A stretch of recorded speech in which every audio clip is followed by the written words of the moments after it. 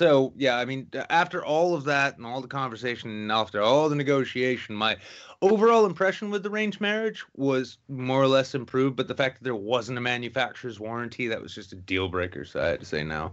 So, hey, what's going on, everybody? Welcome to the YouTube Saints. We got a special program tonight. We're joined by 3 of our friends. We'll have another one here in a minute. We've got Bunty King up above me. We've got roaming Millennial above Nick, and joining us in studio is the legendary Rucka Rucka Ali. Welcome, guys. How's it going? Yo, yo. What's up, man? What's up? Thanks for having me. Appreciate it. Hey.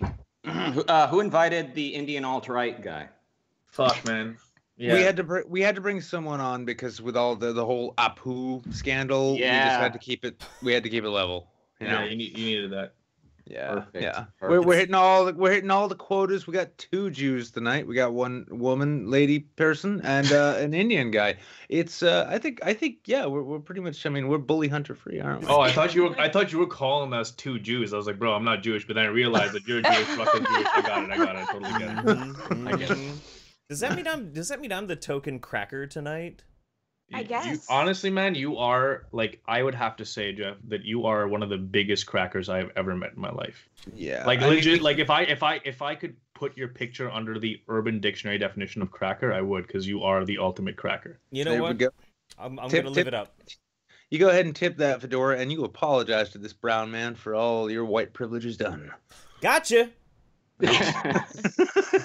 Don't worry. When our next guest, who will show up when he's ready, apparently shows up, you'll be slightly less white in the YouTube sense of things. That's true. Yeah. I think Daniel actually counts as translucent at this point.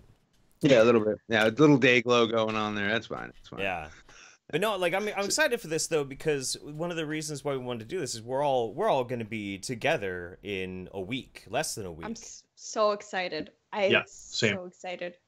Same. I mean, I got excited. We didn't talk about it on, like, I interviewed roaming like last week Monday and or this week Monday actually, because we're still in the same week. But yeah, we didn't talk about it, unfortunately. We talked about a bunch of other stuff, and I was like, wait. We didn't talk about Kilroy, but we are excited about that. I definitely got excited towards the end. I was a little, I just had a rough winter, man. Winter was rough. I wasn't thinking about anything else except for how bad things were, you know? Yeah. Yeah, kind of. Yeah. I kind of think it started all in what I've come to taking Fucktober. Yeah, Fucktober rolled around, and then things just kept piling on after that. And it's like, oh, it's winter, and it's cold, and it's dark, and oh, more things to remind me of that. Well, it snowed here last night, which is not acceptable. That's not okay. I'm sorry, but something needs to change.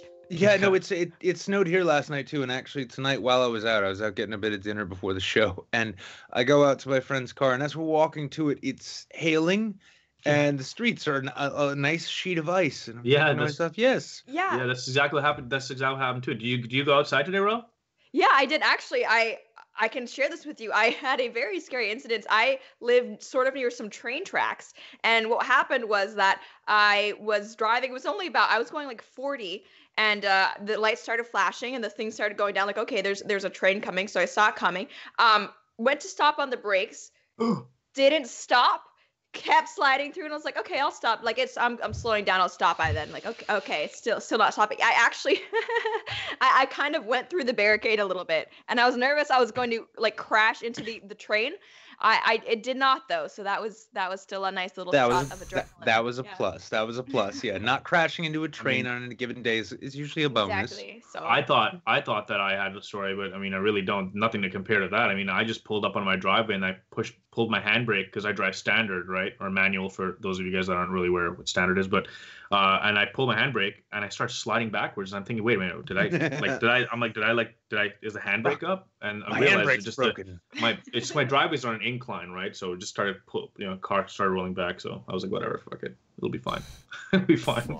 Oh, that is my favorite. Actually, like that exact issue led to an arrest of mine one time. I pulled my car up onto this driveway, which is on quite an incline. There's 3 cruisers behind us looking for one of my passengers, and I've got my foot on the brake the entire time. And there's that gap between, even in an automatic, when you put it in park, between your foot brake and when it rolls back and catches that parking brake.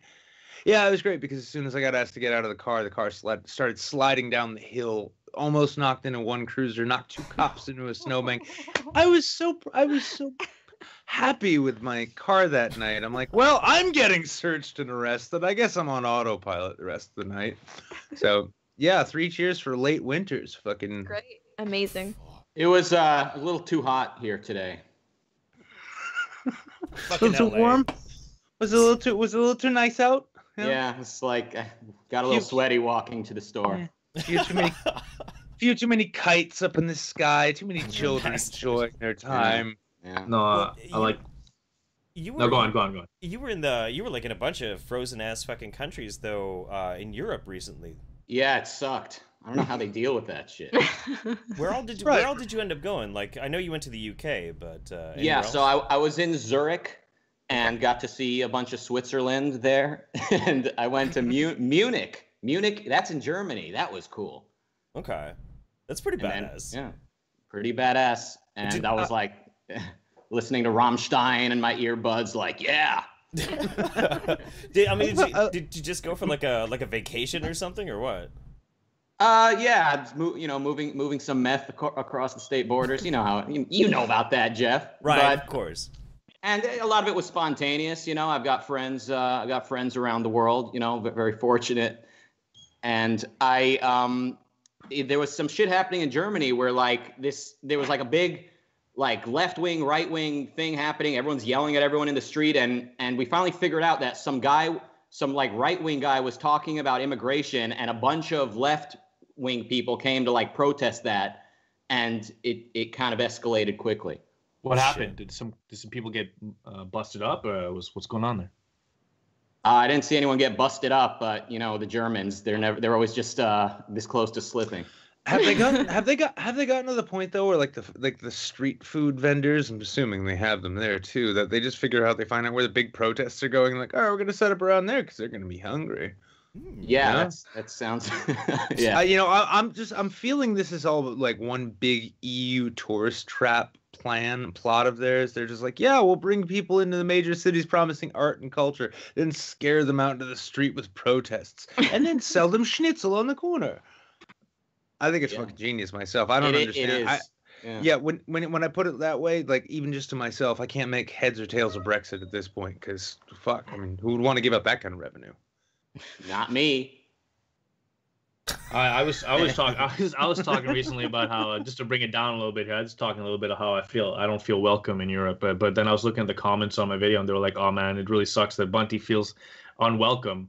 It's just really the media that's been kind of like, like American media will often play up what's going on there, right? And of course, the people that I follow who also end up becoming my friends who do share some of the stuff, some of the problems going on over there, it does seem like that's all that's happening there. But obviously there's more to it because, I mean, there's people living there. I'm pretty sure there's plenty of people who are living happy lives, in Germany and France and the UK and all that.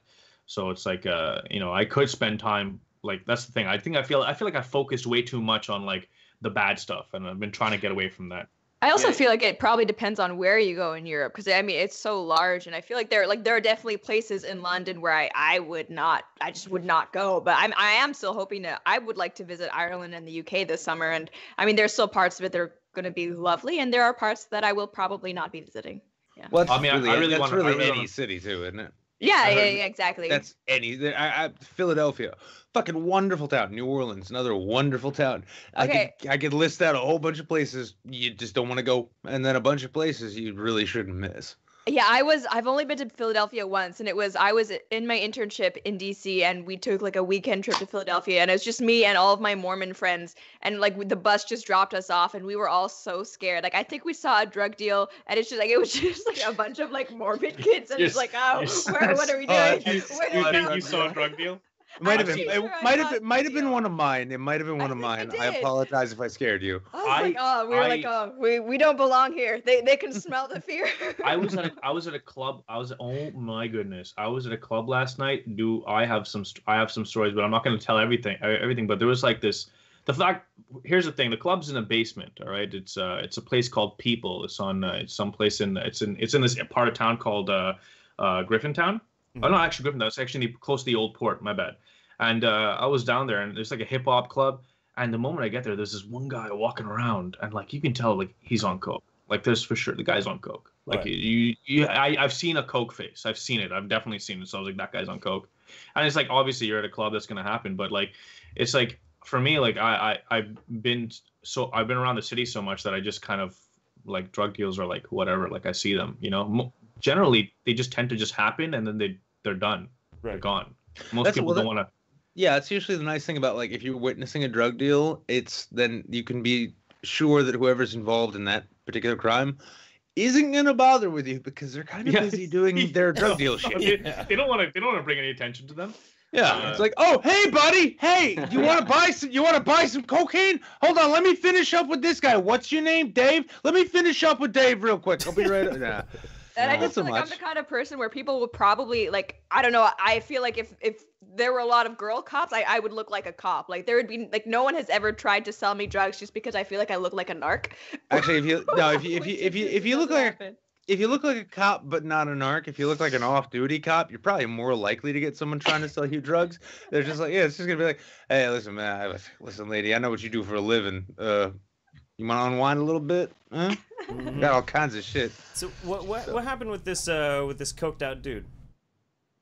Well, I mean, there was nothing really crazy about him, but he looked pretty pissed off. Then towards the end of the night, he like offered me like some shots, but I was designated driver, so I stopped drinking about like 2 hours before the night ended, because that's what responsible people do. Okay. Yes. Yes, and right. And so then at some point, what happened? There was like a little bit of a difference that happened between me and one of my best friends. Some bullshit happened, and then these guys, I'm telling you, man, I don't even know what language they were speaking. Okay, this is the first time I've ever encountered something like this. Okay, in years living in my city, these guys they just jumped out of nowhere and tried to fight us. It was like a whole group of like these dudes. All right, they looked like they were like, it was like the worst. It was just.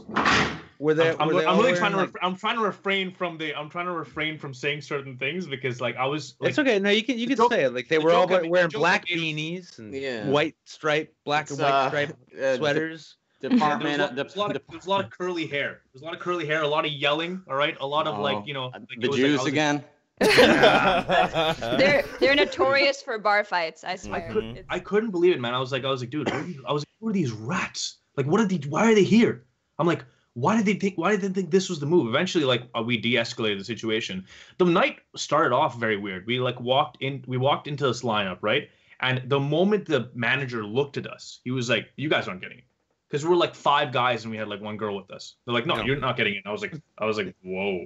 This is hilarious. So I tried to like kind of, talk to him and be like, listen, man, you look like a guy that really understands business. I respect the fact that, you're not letting us in because of the fact that we have too many guys. I know how the clubs work, but listen, we're going to come in and things are going to be chill. And, we're the kind of guys that you want in this club, and then he was like, no. Yeah, he's like, no. I'm like, what is it, a sausage fest in there? You like, so you need girls that badly, bro? Like 5 guys that were going in is gonna be a problem. And anyway, it's just the way it is. It's just the business. It's like it's also, I think, part of their marketing as well. They're like, yo, we can't let too many guys in, because then when they let too many guys in, it makes it seem like it's like a club that's not really happening. I mean, if you let more, if you let enough women in, so where like they have their choice, then the guys who show up, they have to sort of compete a little harder in terms of like making sure that they don't leave with that other guy friend, because like, oh, we let these 5 dudes in, they assured 3 of them were gay, so that's fair. At least someone's gonna get laid that night. Listen to this. They want everyone to like leave and say like, oh, that was the best like contraction of gonorrhea I ever had, that club. Yeah, I go back 9 out of 10, hands down. Never, man. So Ty Lopez had a party here in LA, and he sent out like a text to everybody saying, if you come, bring at least 1 girl for every guy. Oh. That's such a strange thing to say, man. That's insane. He's going for gender equality. That's all he's going for. I've been at parties like that. Yeah, everybody wants equal, if not just representation at their parties. And that's why when I throw parties that no one shows up to, I say kind of the same thing. I'm also bring a brown person if you can find one. This is New Hampshire, so if not, I understand. Yeah. I tried that line before too, Bunty. Like, I am the kind of guy you want to have in there, but that was is me trying to get backstage to a dirt nasty Mickey Avalon show, and I was wasted drunk, and it too did not work. Well, I mean, you know, there was a bunch. Here's the thing, right? It wasn't just like you guys know me, right? Yeah. So you guys have interacted with me, like you guys know who I am. But you have to understand, like, I am just one part of like a group of friends that are very similar to me in regards to like we all kind of have similar mannerisms. So imagine 3 of me, but like different ways of kind of trying to communicate. One of my friends just went off the rails. He was like, hey, good job. Well, good job waiting waiting for people, like pretty much managing a door at a club. You 50-year-old like aging dude, and I'm he walked away. That. I'm sure. No, it was like ridiculous. I was like, dude, I'm like, what are you doing? All right. And then I have my other friend who happens to also be Indian, and he was pretty much like, he's like, yo, like, do I really have to call the owner? And and then eventually the owner came out. And was like, oh, so sorry. It was funny. It was funny. It's like these kinds of things. Like I don't ever get hung up on that. I used to be, back in the day when I was like younger. I had major confidence issues, right? So I thought I was way more important than I was, right? So I would be like, no, there's no way I'm ever waiting in the line. Like, screw that. I'm never waiting in the line. Oh my God, I have to wait in the line. No, I don't do that anymore. So now I just kind of enjoy the moment with my friends and just have a good time. I'm just like, I know that like something's because we're in an area that has bars everywhere. So it's like, whatever. Like, if we can't get in here, there's gonna be another club down the street. You know, literally the club across the street. You know, I've appeared in some local videos with the owner with. So it's like I could just contact him and be like, hey dude, like, we're here. So it's like simple as that. Yeah, just kind of like you're at the front of the line too, and like he's telling you I'm not letting you in, right? You're just kind of like listen, I hear what kind of music you're. I've got a pocket full of Molly. It'll make this whole night better for everybody. So yeah, what do you say? The kind of guy you want in this party. I'm the kind of guy you want in this party. Because you hear what they're playing in there? I'm pretty sure that's Tattoo. Is he playing fucking Tattoo? Yeah, you want to let me in right now. Yeah, because I don't stand in line, so. Yeah, I don't stand. I stood in line this whole time as a courtesy to you, my friend. I think you want to let me in here before this whole business shuts down. You got to go back to Denny's. Yeah. Wait, what do you mean? What do you mean I got to cross the street and not come back? Well, fuck you then. I'm going to go down to this next club and try that trick again. Yeah. I don't get. See, I've been to a club once, and they're just the weirdest places. I just feel like they're mean, and I don't get, like, if people were trying to not let me into a place, I'd be like, screw you. I don't want to be here either. I just don't get it. It's like 1,000% markup on bottles too. Yes. It's insane. It's like, what do you like? A dive bar is always preferable too, because when you go in there, it's like it's like Cheers, 30 years after clinical depression. Yeah, it's like nobody knows your name, nobody gives a shit, but nobody judges you because they don't want you judging them, and that's why you all went there in the first place. It's a good fun time. It's like, oh, it's fucking $3 whiskey shots until 7. It's 7:45, but they said they don't give a shit. Yeah, I'll come back here. But any place, I don't know how LA is. Maybe you could fill me in on this, Rucka. But I feel like everywhere in Montreal, there's always like, if you were going out at night, there's gonna be a lineup, guaranteed lineup. So how's it in LA? Is there a guaranteed lineup everywhere? Because I feel like when we were at VidCon last year, like, we just walked right into like a bar. There was one bar that just literally walked right into it, and it was like pretty full, but. Yeah, but like, and it was downtown LA. But like, what's the situation like there too in terms of like nightlife? It depends. Depends. Yeah. Thank you. Thanks. That's amazing. That's amazing. Yeah, I'm not much of a club rat, but like every time I go to a club, I end up like dancing and having a great time. So it's like I should do this more often, but then like time goes by and I don't. So that's something I'd like to really push myself to do more. You ever been to a gay club? Yeah, so I live. Well, I'm doxing myself, but I live not far. Yeah, I live in a gay club. This is my address, guys. Yes, I'm in a gay club. I am a gay club. Devil's a bowling alley. Who knew? Yeah, so I've had like friends throw like birthday parties at the gay club. Like when friends are visiting town, I'm like, you got to see the gay bars. It's like got to see the gays, bro. It's an essential. You got to stop by, see the gays. We've got the best gays. Los Angeles. Yeah. Most fantastic gays ever. They're the gayest. They're the most flamboyant. San Francisco, that shit's turf territory, huh? Yeah. You know what? It's the gay bars are great because I mean, if you just want to go in there and just have like a good time, they generally know how to party. They just want to have a good time. A lot of them just want to like dance. But the crazy thing about gay bars over here is that a lot of women end up going to gay bars, like straight women will go there because they know that you know, the gay men there will not be interested in them. They get to have a good time with the girls. But there's like dudes that like obviously of course they picked on, yeah, they picked up on it. They're like, yeah, you know, we're gonna go to a gay bar too because we know there's gonna be girls over there that are also straight, but yeah, it's like more pickings for us. And man, at the end of that night, like this was like a week ago, I'm once again designated driver. Anytime I'm out, I'm designated driver. So I'm like I'm getting the jackets for the ladies. I like go over to them, I get the jackets, bring them back. And this one girl didn't give me her ticket, so she went to go get her jacket and later on, and then I'm standing there like kind of like guarding this one girl from like a bunch of dudes. And then this girl comes back with her jacket and she's putting it on, and I look away for a second. Dude, within that time frame of me looking away and then looking back at her, a dude walked up right behind her. Like imagine this girl like is not looking at this dude. The guy walks behind her and like juts his pelvis out close to her ass area.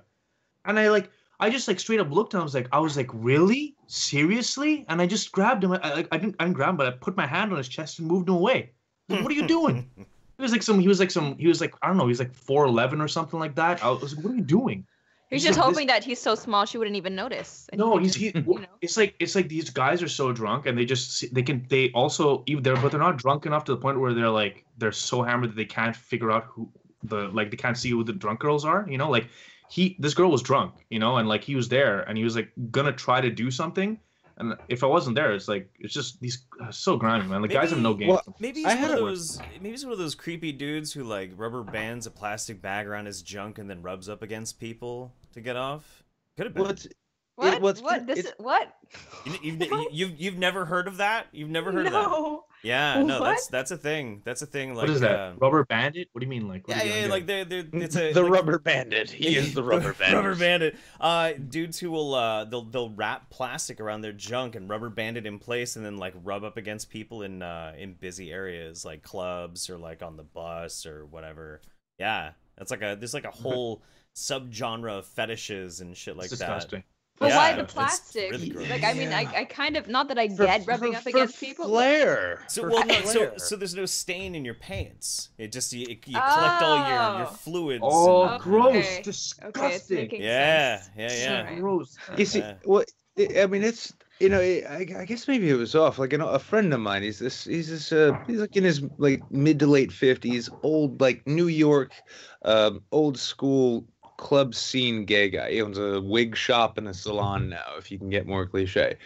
But I remember him bitching to me one time about the fact he's like, he's saying like, I think I'm happy acceptance is a thing and the tolerance is such a thing and it is really great, but honestly, some of the fun is gone because I can't go out to the clubs and have it feel like I used to because it's all full of straight women, horny straight dudes, and these wannabe kinksters who want everyone to pay attention to how weird they are. And I'm like, oh, wow, that's a problem I clearly don't have. That's kind of fascinating. But yeah, I mean, it's funny because you hear about like gay bars being like a go-to thing with some women, and then you hear about like some sad sack wannabe, you know, player types like, oh yeah, bro, we'll just get the boys together, we'll go down to the gay bars, tons of cougars and shit down there, like, right, trying to drink and get away from you. Okay. So the chat is now like, Jeff knows way too much about this fetish. Look, man. All right, I'm gonna level with you. I also know how to seduce and fuck a dolphin. Doesn't mean I've ever done any of this shit. It just means I know where. Dolphins are very rapey. They are very rapey, but like all this information is out there on the internet. You just got to know where to look for it. It's by the way, weird rabbit holes. You just keep getting weirder, Jeff. Yeah, we got to pay the bills real quick. This episode of YouTube Saints brought to you by SeaWorld. SeaWorld, go there if you're feeling saucy. They're working on a new slogan ever since the whole blackfish thing happened. Find a guy named Philippe and hand him $50. He'll take care of you. He'll even teach you the ways of sort of massaging that blowhole, so that dolphin, you know, it gives you affirmative consent the entire way through, right, Jeff? He'll let you choke a seal, but not to death. Remember the settlement out of court, Jeff. Yes, the dolphin was satisfied. Real quick, we got to get to Streamlabs in just a second, real fast. But I also wanted to mention, talking about clubs, though, one of the most brilliant ideas for a club I ever heard of. It's a real club, but I can't remember the name of it. It starts out for most of the day until about 7 p.m. It's a male strip club. So it's all like gigolo dudes dancing, and like all the ladies go to watch them in their banana hammocks and things like that. And then as soon as 7 o'clock hits, it turns into just a dance club. And this is like the most brilliant thing I've ever heard of, because it attracts a huge amount of women who want to go and have a good time with their girlfriends, and then they just stay to dance, where they open it up and everybody comes in and everybody's in a really good fucking mood. I always thought that was brilliant. It's just good business sense. It's also kind of a guarantee too, because if it's like, hey bros, did like 5 of you and your bro dudes show up? Hey, it's half off. Don't mind the 46-year-old woman who can't get enough of you, wants to take your shirt off. That's all part of the experience. All right, so let me catch up with this shit real quick. Ex-Bubba Hotech, you were attempting the subtle feelings of the format with your tardiness. Sorry about that. Nonsensical Mecca, gonna throw you some sweet, sweet money cash. Also miss the old way you said Serete Cucci, so say it however you want. Thank you. Steve Daves. It was a catchy name you came up with for that person. Steve Dave says, star-studded cast of cool people. Shame it's 4 a.m. and I have to go to bed. Watching later. Quick question, best film recommendation? Ooh, that's a good one. Just ever? Yeah.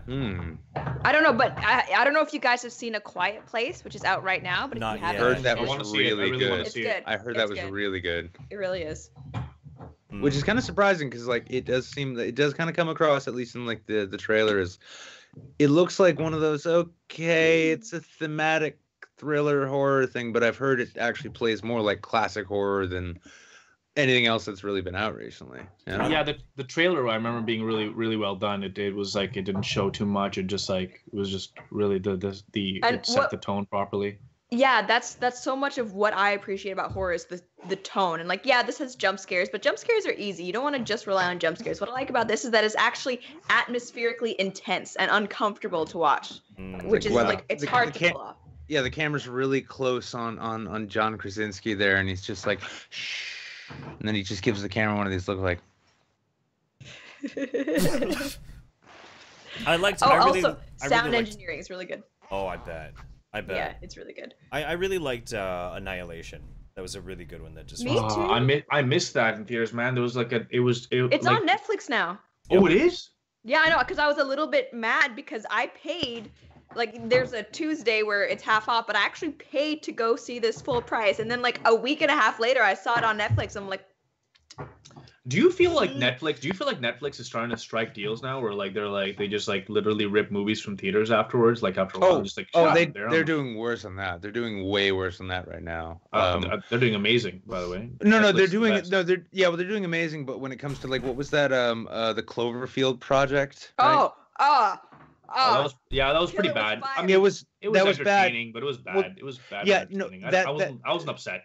That's nice, whatever. Yeah, but that's actually an incident in which Netflix is starting to sort of ham up how they're producing, because that was basically it was a smaller budget. It wasn't supposed to be anything related to Cloverfield, and then they went and reshot a handful of scenes to make it a Cloverfield thing, because they paired up with this studio and they're like, okay, cool, we're totally gonna make Cloverfield movies here. Yeah, cool, JJ. Thanks for slapping your name on this, bud. It's good to have you. Hey, where you going? Oh, you left the series unfinished. That's okay. Who gives a fuck? Not like anyone remembers Lost around here. But yeah, they are starting to kind of slip. They're starting to get a little lazy because they want to put more out more regularly. So they're starting to like do the classic thing HBO did for a while, which is they'll find an underproduced thing. They'll go and claim it and fund it and give it some thing and like, all right, now we're going to do this and that to really market it. And all right, let's just churn it out. There we go. Good to go. Because it costs them next to nothing. And the thing with Annihilation is that it was shot. It was supposed to have a full-out theatrical release, but it didn't test very well with audiences because it's not very accessible, right? It's like a little bit artsy. It's a little bit weird. So what happened is that Netflix actually bought the distribution rights. So it ended up not even going to theaters overseas, and in the US and Canada got limited release and then went straight to Netflix. And actually, I know like Natalie Portman was kind of upset about it because it was supposed to be like in theaters everywhere, but like the studio, I guess, just didn't have confidence in it, so they just sold it to Netflix right off the bat. Which is bizarre. It's so unfortunate. It's Alex Garland. I mean, yeah. Ex Machina, man. I'm telling you that movie was amazing. That movie, I think I saw that movie twice in theaters. It's really good, yeah. Yeah, but like But I don't think Netflix is really going to be like is going to end up being the mainstream viewing form for like movies. That's what is going to happen eventually. I don't have a cable subscription, so I'm just like Netflix and YouTube. Yeah, I have Netflix, Amazon Prime. I got this thing called Crave TV. So like, I mean, I tried that. Yeah. Crave TV kind of sucks, but I mean, it does. Well, part of the thing with that though is it's also like conventional cinema is starting to die too, which is kind of a sad thing in a lot of cases. I mean, to go out, if you're the kind of person who just wants to like catch every Transformers Bruckheimer explosion fest, then the 60-inch LED TV you've got in your wall where you can sit and eat your own food in your own chair, it's kind of preferable in a lot of minds to sitting in a folding seat, which how many asses have been in, and staring up at a screen, which is perspective-wise about the same in your field of vision. But it kind of sucks though, because I mean there are a lot of there used to be like smaller cinemas, like kind of art house indie cinemas, that are closing down because no one's really going to them, because they'll still run the big releases. They'll run it on like this. They used to run it on like what used to be the second run. So you get the main theater release, the IMAX, the big theaters, all that. And then it ends up going to this other theater chain, and then to cable and all that. But these are also the cinemas that used to air like really kind of out there sort of indie films that you might not catch otherwise. The kind of shit like Darren Aronofsky would not really exist without those sort of indie cinemas. Yeah. Mm-hmm. And now they're going away, and Netflix is going to be like, oh no, we have the art now, trust us. We're not like YouTube, we won't change. What about you, Rucka? Well, what's probably the best one you've seen recently? Recently? Damn. Nothing. You haven't watched anything in a while, huh? Nah, man, I don't watch shit. The YouTube Saints has been really delivering content quality. Listen, guys, if you're not subscribed with notifications, you're missing out. These shows air weekly. We've got lots of great guests coming up, and please remember to donate to Patreon. That's right, we are on Patreon. We're also on PayPal. We're gonna be. We're not on either of those. I guess we're gonna have to be now. Yeah. How are we gonna use that clip if we're not, Jeff? Come on. It's like we gotta be like Netflix. We gotta take what talented people bring us and make money on it. I went to the movies. I was in a movie in Switzerland. It was what's in theaters right now. It was Let the Right One In. That's the last Swiss movie that came out, right? Let the Right One In. It was a regular movie. It's a good one. A regular movie. I don't remember what it was. Not a Swiss regular. Yeah, it was normal. What was it? Anyway, I've seen a movie recently and I enjoyed it. There it is. Pretty sure it was I go to the movies alone. Perfect. I know that may be depressing for some people, but I love going to movies alone. You know what? I've never been to a movie alone, but I'm kind of wanting to do that more and more recently, because I'm having trouble finding people who want to go see the movies I want to go see. Aww. So yeah, I mean, I don't care. I prefer. I mean, I'll say I think I've gone to the movie with friends a handful of times. Most of the time, I prefer to go alone. And if I don't go alone, I'm taking my kid. And usually it's funny because then it's like a Pixar thing. And I'm like, wow, I enjoyed that on a level I didn't expect. I'm like, Rogue One, thank you. Fucking Disney. Fuckers. But man, that's something I also have to disagree with, man. People barking at Disney for acquiring all these things. They hate them. But listen, at the end of the day, I think that they're awesome. They've bumped up Marvel movies. And they're gonna be killing. They're gonna be. Yeah, I'm excited. They bumped them up. I'll be honest though, like, okay, so I really enjoyed Guardians. Hang on a second. Dan, are you there? Yeah, I am. Hello, hey, everybody. what's going on, man? I'm trying to get my webcam working. It's not working at the moment. Uh-oh. I'll just say this real quick. When I watched Guardians of the Galaxy 2, I felt like I was basically just watching Pirates of the Caribbean 7 in space. I hated Guardians of the Galaxy 2.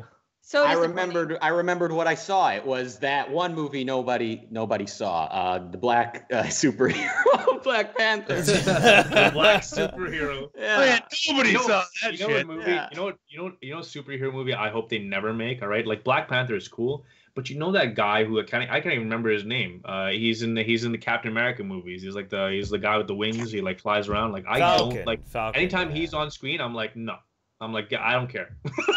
I'm like, get him away. I don't want it. Why couldn't you cast Donald Glover in this role? Make it mildly amusing. He's the only thing that's gonna save the solo film. Funny Donald Glover.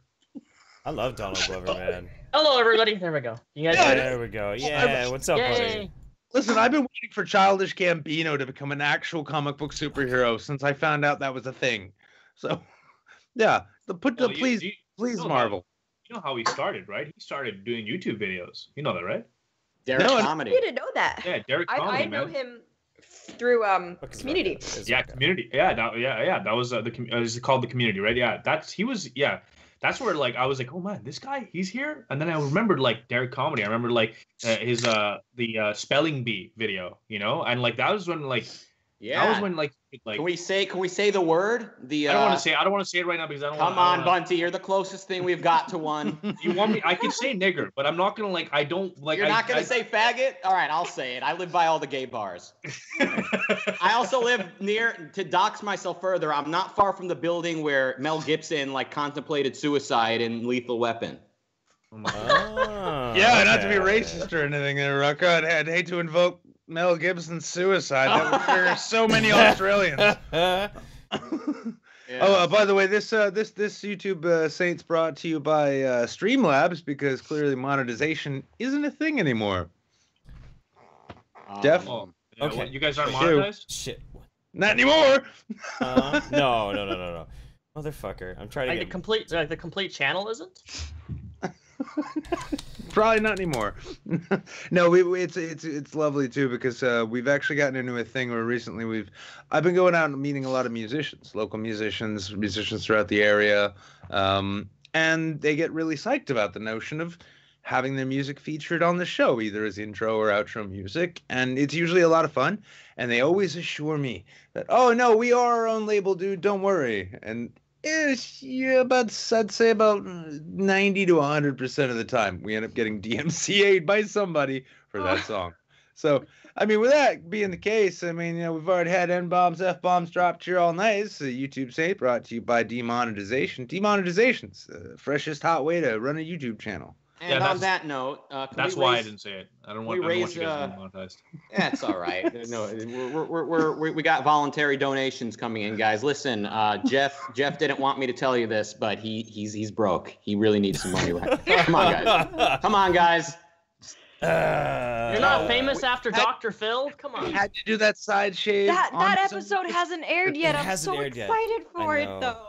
I know. May 4th on Star Wars Day is when I will be on Dr. Phil. It's gonna be fucking insane. May the 4th is the day that everyone gets to see Miss Jilly Juice herself get spanked around. Yes. Tagged, put on the rotisserie by none other than Mr. Holiday and Mr. Dr. Phil there. It was like a tag team action there, you know. Wait, hang on, Jeff. I have an important question. When you were there, did everyone get some of Robin's like face products, skincare products? No, not that episode. Okay. No. You know, I do hope a Supercuts is produced though and uploaded to Pornhub with the title something like a holistic healer gets pounded by a bald man and Jonathan Davis. Fucking Jesus Christ! I'm sure it'll happen now that you mentioned it. Of course it will. Oh, we have a very dedicated Discord, so we do. Yeah. That's so crazy, man. You're on Dr. Phil. Yeah, it was really weird. Who else is on Dr. Phil? How did that actually come about? I found out Dick Masterson. Yep. Did you write to them or? No, they contacted me actually. Oh, that's awesome. That's amazing. Yeah. That's so cool. It was a trip, man. It was really weird. It's the weirdest fucking email to get. Like, by the way, you made these YouTube videos. Would you like to come on Dr. Phil and confront Jillian to her face? Let me think. That's awesome, and that's huge. They're like the number. I know this, like a lot of people brag on Dr. Phil, but like they're the #1 talk show in the U.S. and they're huge. Yeah. You see, it wouldn't have happened if Jilly hadn't put out that Facebook video, Jeff Holiday, fight me IRL, bitch, you know, and, well, they picked up on it, so no chairs were thrown, were they? No. Dude, those fucking chairs, I was wondering about that too, and then I went and I sat to the floor. Well, no, they have to bring those chairs out with a fucking dolly because they're so heavy, and I think they do that so nobody actually gets a chair thrown at them. Like, I'm totally sure of this. Who was it recently? Sexy Vegan was on Dr. Phil. Yeah. Yeah, I saw caught that PewDiePie video, but looking at that dude's arm, I would have loved to have seen him try to throw a chair at his mom, and it would have been one of those things. He launches himself out, still gripping the arm, but then it just gets whiplash because he won't let go. He throws himself around the side of it. It's like, welcome, Dr. Phil. This is not Jerry Springer. You're pathetic. My mom's a piece of shit. I'll see you in 6 months. let me bounce through like just a couple of these. Steady Coochie sold us for Discord is a hot pocket, a sandwich, and his cereal soup. Also, what does one classify Pop-Tarts? Are they sandwiches or even bread? Answer this question that is plaguing our age. Is a hot pocket a sandwich? No. Absolutely not. No. It's like a calzone, if anything. It is. Yeah, It says it on the exactly. box. And someone would have sued them by now if they weren't actually a sandwich. It's a sandwich. Which also makes Pop-Tarts a sandwich. Yeah, it is. It is. Moving on. Yeah, there you Okay. go. I thought sandwich requires bread, like a bread, like 2 loafs of bread. That are or something. sandwiched, Right. not yeah, one but encapsulating. there's on a it's bread. also a verb. The noun and the verb do not. Well, the noun does not come from the verb, though. I mean, well, they In figured out. Canada, they definitely do not count as sandwiches. All right, so you guys are clearly behind on that. I mean, there's a couple of things that the states are behind on, and I think You that's guys the also hot call your pocket bacon- thing is up there. Well, You you also guys call have your bacon pasties. ham. Pasta, yeah. No, you guys have pasties. You guys have fucking pasties up in Canada. We don't What's have fucking... pasties? I've never heard of pasties. What is that? Please tell me. Yeah, I don't know what that is. Get the fuck out of here. I don't thought know you were what that making is fun of either. how What? we Canadians say pasta instead of Yeah, pasta. I thought that was another thing. They were like, it was like with igloos there, like it's like pasties. No, we don't say that. Like all Pasties. Yoopers in Michigan like eat pasties. I figured like it would translate across the border. It's basically a shepherd's pie in a fucking calzone hot pocket thing. I used to have those. I used to live in Oh. London. I used to have those, but Oh. we don't have them here. No, man, I've never had a pasties. I mean, we've had Jamaican patties, but we never had a pasties. Never, man. Never. Yeah, but Pretty much all the of a same sudden thing. now, all of a sudden now I'm just thinking of making that myself. So, fuck. Yeah, dude. I mean, okay, no, you go through those super chats, man. I don't wanna take over. I'm not gonna take over the show. Wobble Derp says, great to see Rucka, Roaming, and Bunty on all together. Love all three of you and the work you do. Bunty Hunter 77, snarky Twitter comments are not a game, buntyhunters.org. That's pretty fucking good. Bunty Hunter now. Uh, Sign in with your PayPal. Money for all five of you. Jable says much love, many faces. Wow. Yeah. Okay. So let's talk about bully hunters because. Did you hear about that, Roaming? Yeah, I did. Yeah, I saw, and also PewDiePie did a video about it today. Yeah, it was good. It was a good video. Yeah. Yep. Now everybody's heard about it for sure. Did you see my bully hunter like submission though? Like, did you see that? Yes, I did see that. I saw that too. That was a good one. I saw that, all of that with Oh. my eyes that are yes. So stupid. I am actually. I know you guys are gonna make fun of it, so I just want to clarify here for the record. I am actually a bully hunter. Okay. I'm signed up. I am officially. I have it on record. I'm a even though the website doesn't exist anymore apparently. Really? Is it gone Yeah, already? it's down already. It was down like yesterday. Wow. I wanted to sign in with my Steam. I wanted to see what actually Oh, I happened. did. If you No, I did. Nothing happens. Nothing? Nothing happens. No, you get you're brought to like a splash screen that says congratulations, you're a bully hunter. When you are called upon to be hunting a bully, use this message in the chat, and it basically says bullying on the internet is not a game or some shit like that. I'm like, all right, look at that, and I'm thinking to myself, wow, I was able to sign up, making a video bashing them. That either tells me that this website's a fucking joke, or nobody knows I exist on Steam. I'm gonna go with the latter. I honestly felt like the whole thing was just the most weak-ass, non-starting controversy. Like, it seemed like it was going to be this huge fucking thing, and it was over so fucking fast. Wait, so are they like done? They're not doing it anymore. They've Done. Oh packed yeah, in? no, yeah. They're like most of their initially half their backers pulled out, and they had just like National Organization for Women. They might get and then- sued by SteelSeries headsets. Yeah, because the whole thing was just a ploy to sell. Yeah, they released a statement, I think, last night. Steel Series. They're like, oh, we didn't know. I doubt that. No, they probably didn't know because honestly, like they probably just had some PR style goon come up to them like a really nasally, post grad, like, oh yeah, so we've got this new initiative and it's a charity like to stop bullying and shit, and they're like, oh great, that's a fucking tax write off. Yeah, let's go for that. Because talking businesses into giving people like money and influence if you spin a good game, it's not hard, which is why they're constantly getting caught up in PR nightmares from dumb like upstarts like this. Or like, oh, we're trying to rid like video games of online harassment of women because that leads to sexual violence and patriarchy, right? Give us money. But only, like, only on Counter-Strike. Yeah, only on Counter-Strike. That's why I signed up. I don't even have CS:GO, and my hope was that I'd get like these like mobile notifications like, you are needed, bully hunter. I'll be like, I don't have that game. Send. Best of luck. Send. There we go. Yeah, that was my hope for that whole thing. Instead, now I'll never get those because they've been shut down because all the misogynists decided to make fun of the fact that they didn't actually have anything to offer and their live stream was a pre-recorded infomercial. Fuck. That was really strange. This is really fucking strange. I haven't gotten bullied on like any FPS games, but I have gotten bullied on Quiz Up before. Oh, real quick, by the way, on Quiz Up? Yeah, because there's a chat function, and I've had people will actually just be like, "You're so dumb. Like, why are you so bad at trivia?" Like after they win, and it's like, "Why? So bad at You've already won. You're like, just leave me be." It's like when I play Tetris, they always. Yeah, go ahead. Like, nothing about you is straight, Rucka. Why are you trying to fit in that spot, huh, boy? Yeah.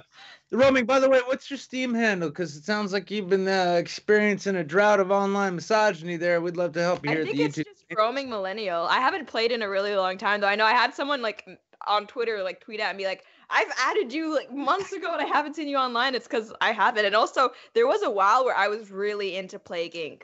Like really into Plague Inc. And then I realized that people can see when I'm playing Plague Inc., which was too much. So I just put it on like ghost mode so people couldn't see how much I was playing Plague Inc. because it was too much. Plague Inc. is so fun. It's so addictive. It is addictive. And like I remember when I started playing the game, I like started trying to kill people right away, but I was like, hey, this makes no sense. Like that, I shouldn't do that. I should slowly infect everybody. Yeah, you want maximum I guess like virility, but minimum lethality up until later. Then once everyone's infected, then you like boom. Basically, yeah. You want to design a Chad bro virus, and then and then just let it spread from there. Hey guys, sorry to interrupt. Yeah, I've just Repzion is like falling off the screen. Can we crop him like into that? Am I? I mean, you're like at the bottom of your. I'm like looking at the broadcast. Like, I'm not that important. So I'll be looking. You're the most important. It's like I want you in the square. It's like you're falling out. It's like can we? Yeah, I can fix that. It looks like it's in the square. I can totally fix that. Circle takes the square. Yes. Oh God. There's a joke only 6 people watching will understand. I get it. I used to like that show. Hey guys, do you want to talk about Kilroy? Is that maybe something? Yeah, let's do it. You guys going? Thing we got in common. Definitely going. Yeah, no, I'm so fucking excited about it. It's out of control. I'm actually heading out. Well, tomorrow I'm going down to Concord to meet up with Vernaculus and Sargon for his Concord event there. Oh, I want to hang out with Sargon. It'll be fun. It'll be a good time. I was trying to tell Vernaculus the kinds of beers he needs to get him. He's like, I gave him Sam Adams and he loved it. Ha ha. Like, all right, that's not bad. Well, I'll get there tomorrow and I'll educate you. But yeah, after that, I'm actually heading out to Phoenix on Tuesday. Just to go out and actually spend some time hanging with some of our friends, getting on a match, and actually writing the piece that I'm supposed to be speaking there. But it's funny because I love it because at this point, for me at least, with all of the consternation and controversy and all the shit talk, all that shit, like I have more reason now to go now than ever before. It's like, okay, well, like everyone else is going. I already said I'm going. I'm already headed out, and a lot of people are upset. So like my thinking is, this is going to be such a great event. It has to be. Mm-hmm. I'm going to be just compelled to make it as entertaining as I can for myself. Oh, yeah. are upset that it's even happening. Yeah, I mean, like it is interesting because I see people like they're like, I thought it was canceled. It's like, well, it's like I don't. No one ever said it was canceled. But one thing I'm really looking forward to is really just like, you know, just chilling with people, like hearing what people have to say. There's gonna be like a bunch of people that aren't YouTubers there that are like just like normal people that like are from different parts of the world that I'm like super down to meet and talk to and have a conversation with. And I remember when I was asked, you know, what I'm going to be doing, not to give away too much, but like, you know, I denied any kind of panel spots. I didn't want to actually be on a panel. I said I'd be okay with just moderating because I feel like that plays way more to my strengths than anything, because some people that they're inviting are like, you know, people who've actually been talking about the topics for way longer than I have. I'm just some fucking noob that showed up on Twitter like, you know, a year ago or something on YouTube and stuff like that. So it's like I'm just here to talk and chill with people. So I'm excited, dude. Bunty, I can't wait to give you a hug. I'll accept that hug. I can't wait. Well, I'm really excited to just see the people that come out, you know, and meet them.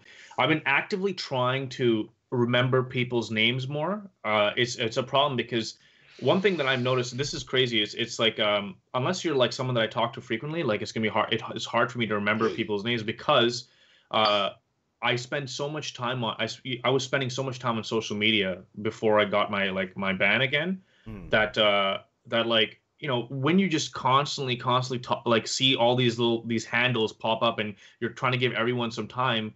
By giving everyone some time, you're really giving nobody any time.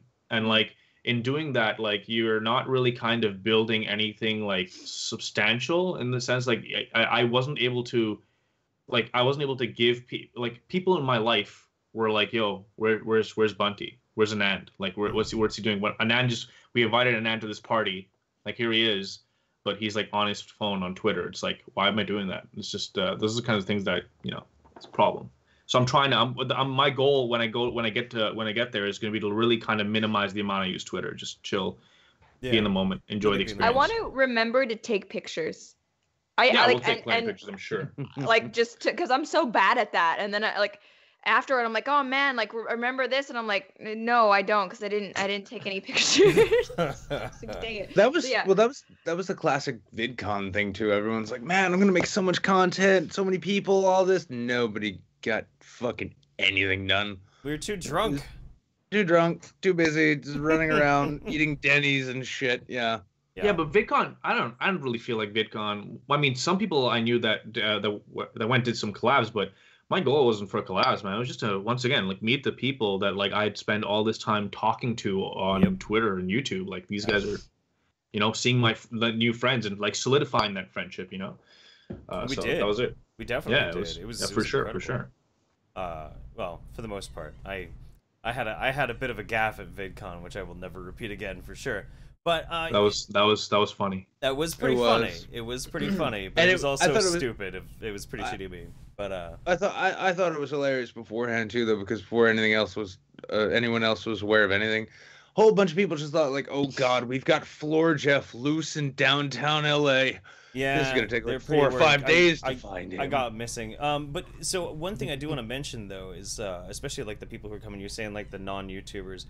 I've met and gotten a chance to speak with both Christina Hoff-Summers and Peter Boghossian before in person. They're both amazing people. Especially, I mean, well, actually both of them for different reasons, but they'll blow your mind just meeting them, just getting a chance to like sit there and talk with them. They're both incredible human beings, so I'm really looking forward to seeing them again. It'd be cool. Sure. I mean, I don't know what to expect. I know what to expect from meeting you guys, just based on like you guys. Show. Well, no, here's the thing, right? Like I know that you translate very well from like online to real life, very well. Like I'm the same. Nick's the same. Rucka's the same. Rucka, you're just a chilled out dude for the most part. I mean, I'm sure that you're very, very similar, Dan. I know that roaming is exactly the same too. So it's like I know what to expect in terms of you guys, but I'm really interested in just seeing what it's going to be like, because I know a lot of the intellectual types tend to be, you know, a little bit more quiet on the quiet end, because they're just, you know. I'm excited for the party on Saturday because there's going to be tacos. Did you guys see the menu? Tacos. I will be honest. Like so all of you are from from other places outside of New England, and here in New England we specialize in having less than tasty food. It's like England. Yeah. It's like England, except even sadder because they like try and take pride in their shit. And we're like, we got chowder. What else? Yeah. Fuck off. Yeah. And I'm really looking. I hadn't even thought about it because like 2 things I'm looking forward to most outside of seeing my friends, taking part in this event, and meeting new people and all of that is one is the night sky. I'm having somebody there is driving me out into the middle of the fucking desert during a clear night so I can just make out with the Milky Way for a while because I've never gotten to see the real night sky. And the other thing is the authentic, legit Mexican food. I'm like tacos, burritos. I want to come back to New England and go out to one of the Mexicali joints here and be like, this is garbage. I'm not paying for this. And then eat dinner for free. I heard that there's gonna be rattlesnake around somewhere, and I really want to try that out. Ooh, I love exotic food. Yeah, I totally do that. Yeah, I've had or python. Python was tasty. So Yeah, in Hong Kong, what does it taste like? snake Does it taste like soup is chicken? everywhere. it tastes like sausage. It was very salty though. Oh, it tastes like sausage. Oh man, that's amazing. I'm all about that. That's sick. The whole love thing sausage. is built like a sausage when you think about it. Makes sense. Yeah. Yeah, It's see, true. we just need to start assuming animals taste like the objects that they look They look like, yeah. Yeah, and That's so fun. yeah, that's gonna be a fun live stream game coming up on Saints. Yeah, Stream.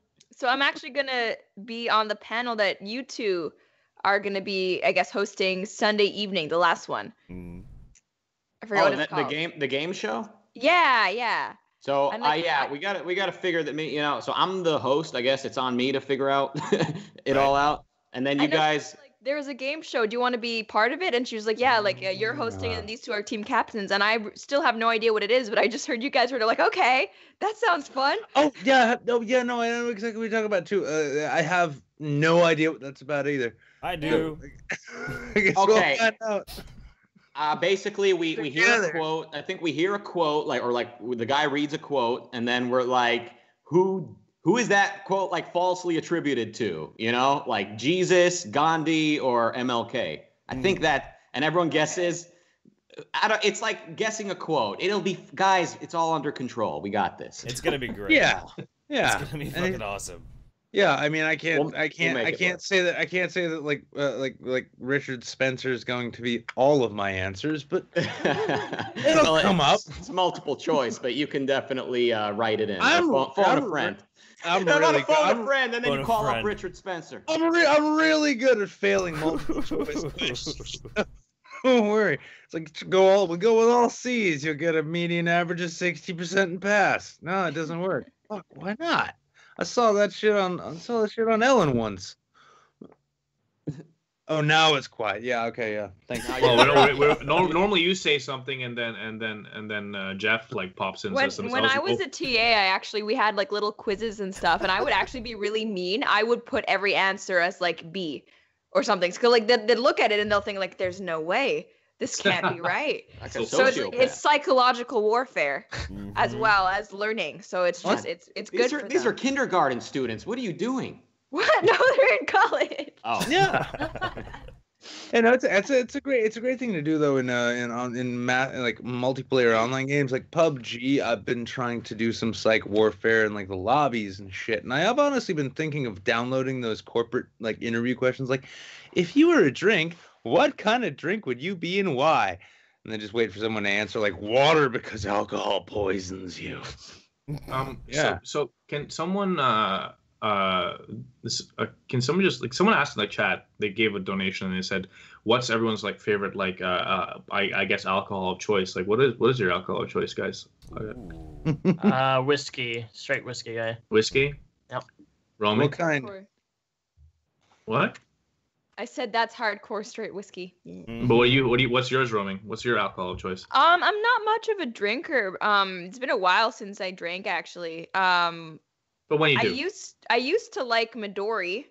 I've never heard of that. What is Midori? It's the girliest thing you'll ever hear of. It's Does it taste It good? sounds girly. I like It's a girly melon drinks, liqueur, man. so it's like it's They bright taste good. green. Looks like Um, antifreeze. Yeah, yeah, it does. I mean, it's fluorescent. That's how you know it's natural and healthy for you. But yeah, it tastes like melon, and so you can put it with like mango juice, and it's like a fruity thing. But the thing with alcohol is, I feel like that no matter what the alcohol is, there's always a bitter taste to it, no matter what it is. So I guess what I like in alcohol is when you can't taste the alcohol. Okay. Mm. What about you, Nick? Oh, I mean, I typically over Irish whiskey is my like go-to standard. Like if I'm just gonna have a drink, which I do regularly, yeah, Irish whiskey is the way to go. But if I want some, if I want something, if I'm thinking like I wanna drink something special, right?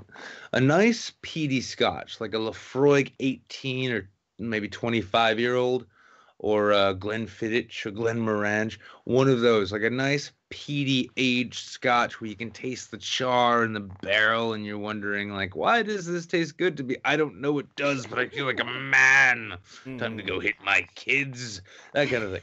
Yeah, that's kind of what I'm into. Rucka, you don't drink, huh? No, I'm a Diet Coke, but I used to order Hennessy on the rocks. Hennessy, man. Classic. Yeah. Yo, Black man. have you seen that video of that dude in the car? He's like a black dude. He's drinking Hennessy, and have you seen that video? Like the Hennessy guy? I haven't, but I want That to. okay, video, I'm- that video of the black guy drinking Hennessy. Have you seen that video? Yeah. No. Trust me. Like type That in one video? black guy drinking Hennessy. I can promise you, it's gonna be the first video on YouTube, and it'll be fucking hilarious. You will. It's so good. The guy is like, it's just amazing. And what about you, Jeff? Like busting rhymes.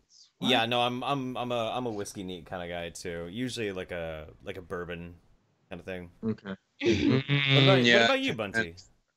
I mean, like, dude, I've recently acquired a taste for whiskey. You know, I like sometimes I'll have vodka on the rocks, and other times, you know, I'm just straight up a tequila dude. You know, like give me some shots of tequila, we're ready to go. Ooh. My go-to is when I go to like a bar or a club or I was out, I'd always like go to the bar on my own. Like just a weird thing that I would do. Now I would never do it. I wouldn't do it today. Like I'd probably, if I went to a bar again, I'd probably bring some friends with me to do this. But I used to get 2 shots of tequila and I down them right away, and then I just bounce in the bar, and then like I'd come back later and then start buying shots for people. But I'd always start my night off with 2 shots right away. Quick thing too. This episode of YouTube Saints brought to you by Vodkila. Thank you, Sergeant Buck. You got your 10 retweets. I'll be waiting. Mm. He's apparently supposed to send us some vodkila. Yeah, that's what it's called. Yeah. What the fuck? Yeah, Jeff. Like so for the last year, past 6 months, Jeff here, when we've gotten to a certain level of donations via SuperChat and Streamlabs, he's been taking hits of something called death shots. Now that's a Polish grain alcohol. It says flammable right on the bottle. What he didn't know though is actually he's been drinking out of a replica World War II Molotov cocktail that someone took the rag out of. And it's been challenging to him. Foul. There's Foul. yeah, foul is a word. Foul. Poisonous. Poison control ought to have been called, but was not. That's a label that the Poles forgot to put on the label. But yeah. So it's been rather interesting to see that happen. And now Vodkila is supposed to be coming our way. So we'll see what this sounds like. Now, to me, it kind of sounds like a bottle that was like half filled. Has anybody here read Cannery Row? Yeah, of course. Yeah, I know you have. Yeah.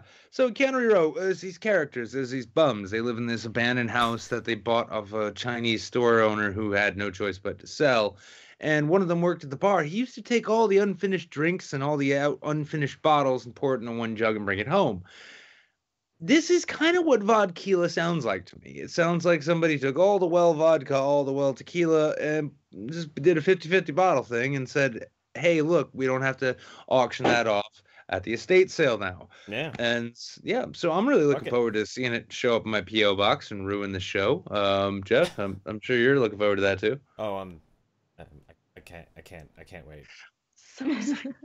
So excited. Oh, man. All right. November Mind says, Felipe over at SeaWorld is not responsible for any dolphin-transmitted diseases you may contact. That's true. Thank you. So I'm about to wax my balls as I listen to y'all. That's good. Hey, we're providing some soothing sounds I love. Yeah, it's like, the classic Boy Scout thing. You always want to leave something shinier than the way you found it. That's right. Rhino says, this money is only for Rucka. It's fine, guys. He'll share. I don't know about that last part, but thank you. Actually, guys, can we please donate some goddamn money to this show? Come on, guys. They're traveling and shit. Rimshi says, rest in peace, Arlie Ermey, till Valhalla. Who'd have thought the salty old dog would die to anything short of high explosives, let alone complications from pneumonia. Yeah, guys, pinkies up for the gunny, Arlie Ermey. Rest in peace, bro. Yeah. I'll drink this shit beer to his name. Aw, poor gunny. Mm-hmm. Poor gunny. Not really. I mean, 74 in terms of Marine years, that's a long time. How was it exactly? Did it happen? I've seen it on Twitter, but from pneumonia, which means he probably drowned.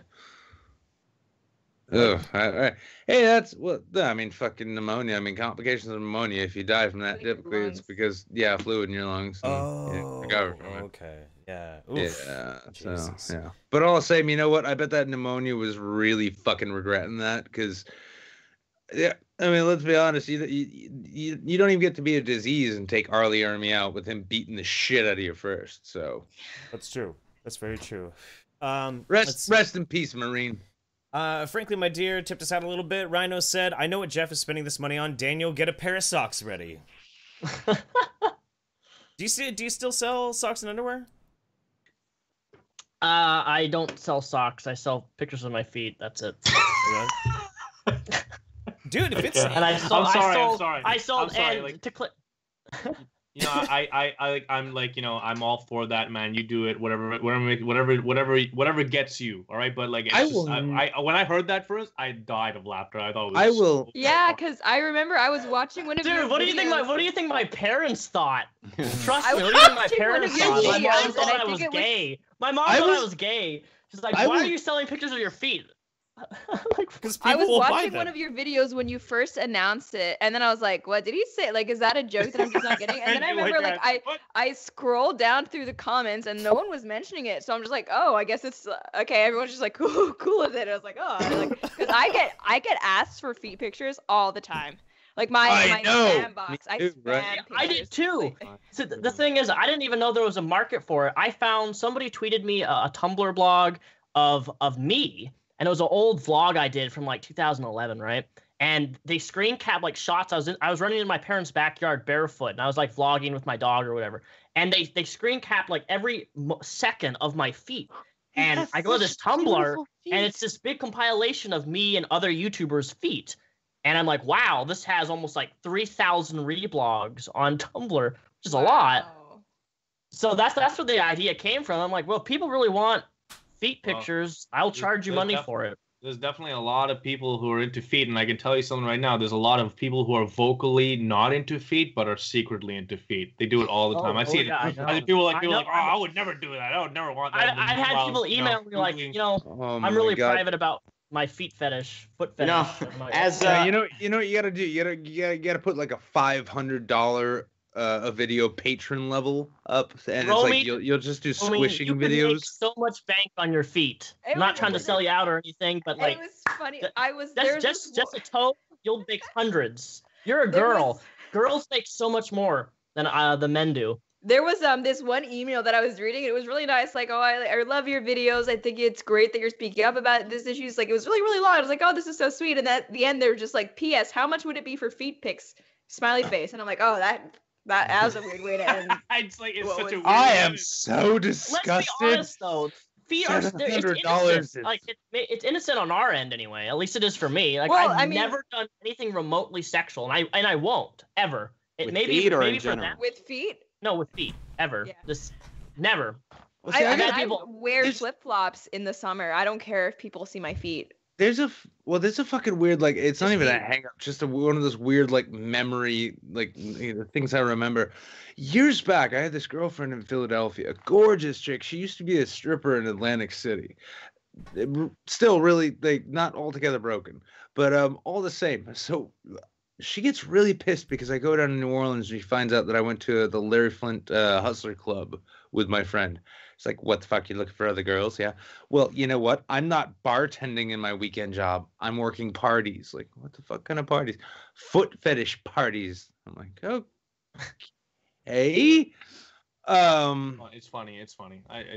I mean, I like, listen, I have friends who are like into all kinds of stuff, and I found out that some of my friends that I've been whose parties I've been frequenting like often, I found out that they would go to fetish events in Montreal, like actual, like, you know, those like BDSM style events. I was like, what? You guys do that? And they're like, yeah, we love it. And I was like, wow, okay, that's cool. You know, like, it's like weird. People are into all sorts of stuff, and they just don't let on, because I mean, how often does it come up, you know? Well, it's funny because these days, though, I mean, like, the kind of shit people used to be like, you know, it was their like dirty little secret, like, oh my god, I like to be handcuffed and whipped, that kind of thing. It's like, if these days, if like people hook up on Tinder and you find out somebody's not into being like tied down, called a dirty pig, and beaten with like a size 12 belt. They're fucking weird. Why are you kink shaming, bro? Why are you so vanilla, huh? It's like, that's the kind of shit like these days. And it was kind of funny because that same old gay guy used to complain about his clubs not being as exciting because it wasn't a place that they could just go be themselves, because they're welcome to be themselves anywhere, so there's no thrill anymore. I've seen a similar thing with this like kind of weird kink club. He was even saying, it's like, yeah, back in the day, like, you take your weird shit to the club, and then yeah, you beat someone bound in latex with a riding crop for half an hour in front of strangers, and that's what got you off. But now that shit's just kind of normal, you know? It's like, oh, that is normal. You know, yeah, well, I was talking to my grandma about like 50 Shades of Grey, and like I was trying to explain to her what it was about, and she was like, "Oh, they didn't have that in." just tell her it's Twilight and somebody does something with their dick for once. Well, the thing is, like, I don't think this stuff is new. I just think, like, with the internet and stuff, people have been able to find other people who are into the same things. Yeah, like, I don't think this stuff is new. People have always been into this stuff. It's just like now people know, because of like online anonymity, how many other people are also into these things, and then it's like, oh, okay, maybe I'm not so weird. And it's and it covers everything, by the way. I mean, it's not just fetishes. I mean, it's political views, all that stuff. It's literally people are finding each other through the internet because of anonymity. Yeah, and nothing is weird anymore. But at the same time, though, it kind of is sometimes. Well, some of it kind of is, but a lot of the shit there's a lot of shit people used to actually get off on, not just because of how weird it actually was, but just because of how weird it was in general. Like, it's like, this is different, dirty, and naughty. Yeah. And now that shit, one of the biggest complaints I've heard from like lifestyle kinksters, and they're difficult people to deal with sometimes, but I hear complaints a lot of times when it comes to sex clubs. They just fill up with these, what we'd call normies, these wallflowers, and they like, so they'll be watching, like, you know, two women like dressed in latex cat suits beating a guy with like, you know, metric wrenches or something, and that's like that's the very fetish. Specific. Yeah, no, that's the weird shit about the club. Sometimes they get very fucking specific, but it's like an art exhibit. But there'll be these people who are like standing along the wall, like wondering, "Am I allowed to be aroused by this? I don't get it. I don't. I mean, am I? Or is this just art?" Is this an art piece? The weirdest thing I ever saw at a fetish night in a club was, and it was like a performance that they put on. There's this extremely tall guy dressed as Willy Wonka, and he got thrown into a cage by three little people dressed as Oompa Loompas. And it was like a simulated torture scene. It was actually pretty awesome. It's pretty great. It's like, I'm gonna enact my liberation politics out through voyeuristic sex. Did they sing the song, the Oompa Loompa song, at least? Yeah, I mean, like, they kind of were, like, singing it. They were, like, chanting and shit, but there was, like, hardcore, like, industrial music playing. And nobody got naked, but they, like, tried to beat the shit out of Willy Wonka and shit. Like, it was funny. I've never thought in my life I'd listen to KDM-FM KDFM watching a man spray painted yellow bang a man with gigantism up the bum. KMFDM. Oh my god, I remember that. We're all old. We're all old. We got to get used to that. What's up, Rucka? Oh, I made an Instagram account for my calves once. That's good. Yeah. I have abnormally good calves, and I thought I could like build an audience for them, and then I got like one DM from a gay gentleman. And obviously, I should have expected that would be the, main demographic. But it weirded me out, So I stopped. Fair. Not the calf thing, by the way. But if you guys want to follow, maybe I'll start again. It's Ryan C Calf. No, what's real woke is not having like an Instagram account for your animals, but having a YouTube account for your animals now, or animals of the same type as your animal. Like I have this one buddy, and he has this channel called Shive Nation. If you look it up right now, it's like at 170,000 subs. This guy just posts videos of shives, man. I just want to make sure, Bunty. I'm sorry to interrupt you here. What up? The transition between those two conversations. I want to make sure you're not thinking that he's talking about he was documenting the growth of his baby cows. You understand? He's talking about his legs, right? Not calves. His calves. You saw calves? His legs. His legs. No, my legs. My legs. Your legs. I thought cats, bro. He's not fucking around either. I'm looking at it right now. Instagram.com/RyanCCalf. Like, it's nothing but pictures of Rucka's calves. Yeah, oh my god. You got some wicked calves, dude. I'm telling you, I don't Listen, often. that's how he manages to live in the gay bar district. Is he knows his squats and he goes for jogs. Everyone appreciaps it. I actually have a Instagram account for Jelly Bean that I've set up but haven't posted anything to yet. It's Adventures of Jelly Bean. Goddamn. I'm sorry. I'm just looking at Repzion's face right now, and I can see these wheels turning in his mind. Like, holy shit! Why didn't I take my socks and feet to Instagram? I could sell twice as many underwear. Maybe I already have. You wouldn't know, would you? Yeah. Oh, yeah, okay. You're sitting there wondering if you can get a copyright on it. At this point, you're like, wait a second. All right, no, you know what? I could totally sue. I didn't know there was a calves market though. That's the thing. Oh, this gay gentleman once asked me. He goes, "Are you gay? Because if not, you'll have to explain those calves." Ooh, your calves look like Popeye's arms, man. Yeah. Wow. Do you work out your calves, or are they just... God did that for me. But I do want to. This is a serious note, Bunty. You're kind of a business savvy guy. I could use some representation. Calf modeling and leg modeling is a thing, right? I could get some work. I mean, yes, absolutely. Thank you, Bunty. See, what he you says I could. No. What you need to do. The authority is spoken.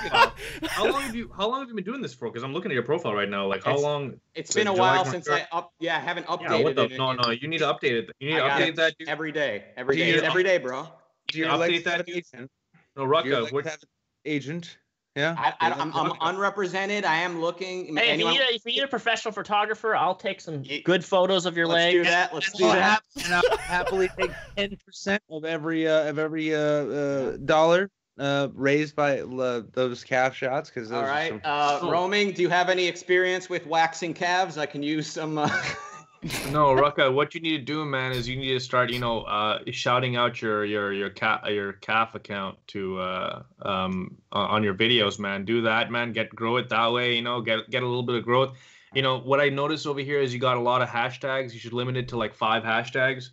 Hashtags. Try to get like one of the ones that aren't like over a million, because I feel like Malibu is like a ridiculously saturated. Yeah, 3.9 million.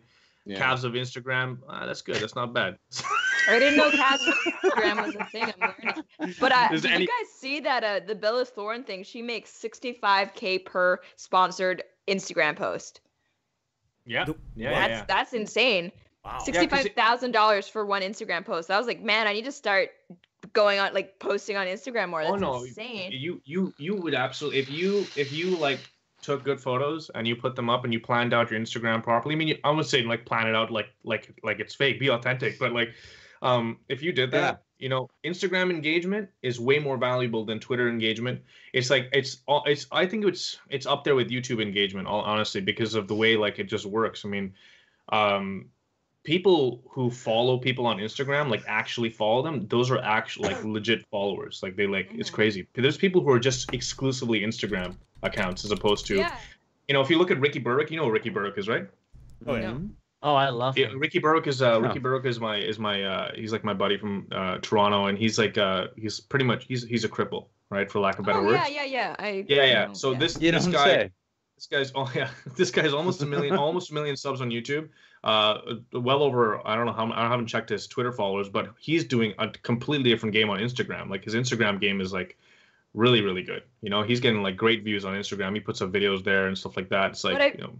I feel like, and this is like kind of weird, but Instagram is probably the most like superficial of the social media platform. So it's like, even like sometimes I would look at my Instagram thing and I'm like, oh crap, I'm like, this is too many selfies. That looks kind of like self-absorbed. Gotta like limit, like, I don't know, because I just feel weird posting pictures of myself, like, or I'm not even saying anything and it's just kind of like, look at me. Maybe I'm overthinking it. No, yeah, probably. I mean, look, the best time to really start would be when you're at when you're Kilroy in the sun, you know, hanging out by like a pool or something like that, or like, you know, at like at the zoo. At the zoo, yeah, or meeting, or just meeting at a meeting, or like with some people. Zoo. Yeah, it's really about like eating tacos. Yes. Hashtag tacos on Instagram. It's blowing up daily. Any of you guys in on Instagram stories or Snapchat? Like that's like my Instagram stories. I live stream a lot on Instagram. Yeah. That's like I don't like how Instagram has stories. Oh well, they're so much better. I'm glad that they got them, because Snapchat, it just means I don't need Snapchat anymore, because Snapchat was the only reason why. One of the reasons why I like Snapchat was for the stories. Like I liked putting up a story, but like now they can do it on Instagram with the exact same features now, and like they even have better fonts. They have just better everything. Better business integration. I'll never get past though iDubbbz basically calling Rice Gum the YouTube version of the dog filter on Snapchat. Oh, yeah, that was good. Yeah. I was only ever on Snapchat. I understand what that means now. I was only ever on Snapchat just for pictures of dankulous balls, honestly. That was it. It's the only reason I was on there. I send pictures of my dog and my food on Snapchat. Yep, Snapchat's mainly my dogs. That's it. But crap, what was I gonna say? It's gone. Never mind. Cool. Oh, it's all about your Instagram future as a calf model, trying to steal Rucka's thunder. Yeah, it's messed up. Peggy Hill tossed $20. Says for 2 taco plates and 1 decent hooker, or 2 really indecent ones. Spectacular Wanderer says rest in peace, Milos Forman, Arlie Ermey. Oh yeah, that was a double hit, wasn't it? Fucking Milos Forman and Arlie Ermey. Yeah. I mean, Arlie Ermey, it's kind of thing like, you know, when he went down, Death was like, okay, sir, would you mind coming with me, please? Right. That's fine. But yeah, Milos Forman, I mean, again, the kind of work he did. Who's Milos Forman? One Flew Over the Cuckoo's Nest, yeah. Oh, shit, okay. Yeah.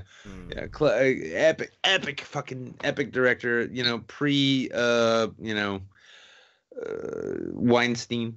Let's say, actually pretty fucking everything. The guy just made fucking dope movies and then died.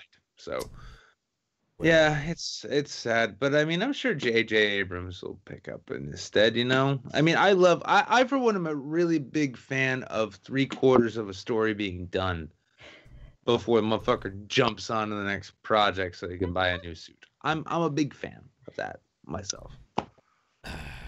I'm never forgiving him for Lost. Never. No, but that's the thing with J.J. Abrams. It always has to get weird. Like Lost, oh, really good, but then it gets weird. Fringe, really good, but then it gets weird. Alias, this is amazing.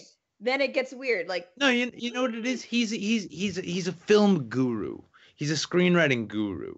He writes and works on these projects and gets them 3/4 of the way done to give everyone this idea that he's got this overarching vision that's fucking genius, right? And then after that, he gets a better deal from a bigger studio and says, all right, guys, well, hey, listen, I paid you enough, right? You can figure this out. All right, great. No, I totally had a vision, but I know all of you can get it at this point. I'm going to move on and go fuck up Star Trek now. I'll be back. Don't worry. The chat just reminded me of this, too. We actually lost another big one. I don't know if anybody here was like a big fan or anything, but Art Bell also died. Can you remind me what he was in again? I do apologize. He was a guy who started the legendary late night radio show Coast to Coast AM, all about like conspiracies and aliens and I never listened to that. Never listened to that. He pretty much invented like the late night radio conspiracy and UFO productions like genre. Do you think that's what Alex Jones was actually crying about when he was talking about Trump betraying him with the Syria strike? Maybe. I don't know. He's like, he got word that Art Bell was going to be assassinated by the Illuminati. And he's like, there's nothing I can do. No, I mean, Art, you had your time, and we got to let you go, buddy. It's been great. Fuck you, Trump. Why do you have to be Obama 2.0 and shit all over everything? Yeah, I think that's what that was. That was a genuine expression of emotion, and I appreciate it. Thank you, Alex. And the show brought to you by InfoWars. You can scrape paint off the side of your house and eat it. You get about the same you get from Brain Force, except it doesn't taste as limey. So if you want the flavor, order Brain Force. You can use the link below and enjoy. We said we were going to talk about Syria for a bit. I mean, I can't really weigh in on it too much because I haven't read enough about it. I just memed it. Oh, Syria. But that's about it. We're bringing it back around on here on the YouTube Saints, bringing it back around. So, everyone, what's your thoughts on Syria? I'm going to start with roaming because you kind of have like the Syrian vibe going to you. Yeah. I'm actually filming in front of a chemical research plant, so that's what this is. Oh my God! It was hit. Now tell me, was it hit by French tomahawks? Because the fire looks a little low and a little sad. Yeah, no, it was French. They started, but then gave up immediately and surrendered. So it's definitely them. Yes. So there's that 6 neighborhoods in Damascus that somehow belong to Hitler. We don't know how, but there they are. They managed.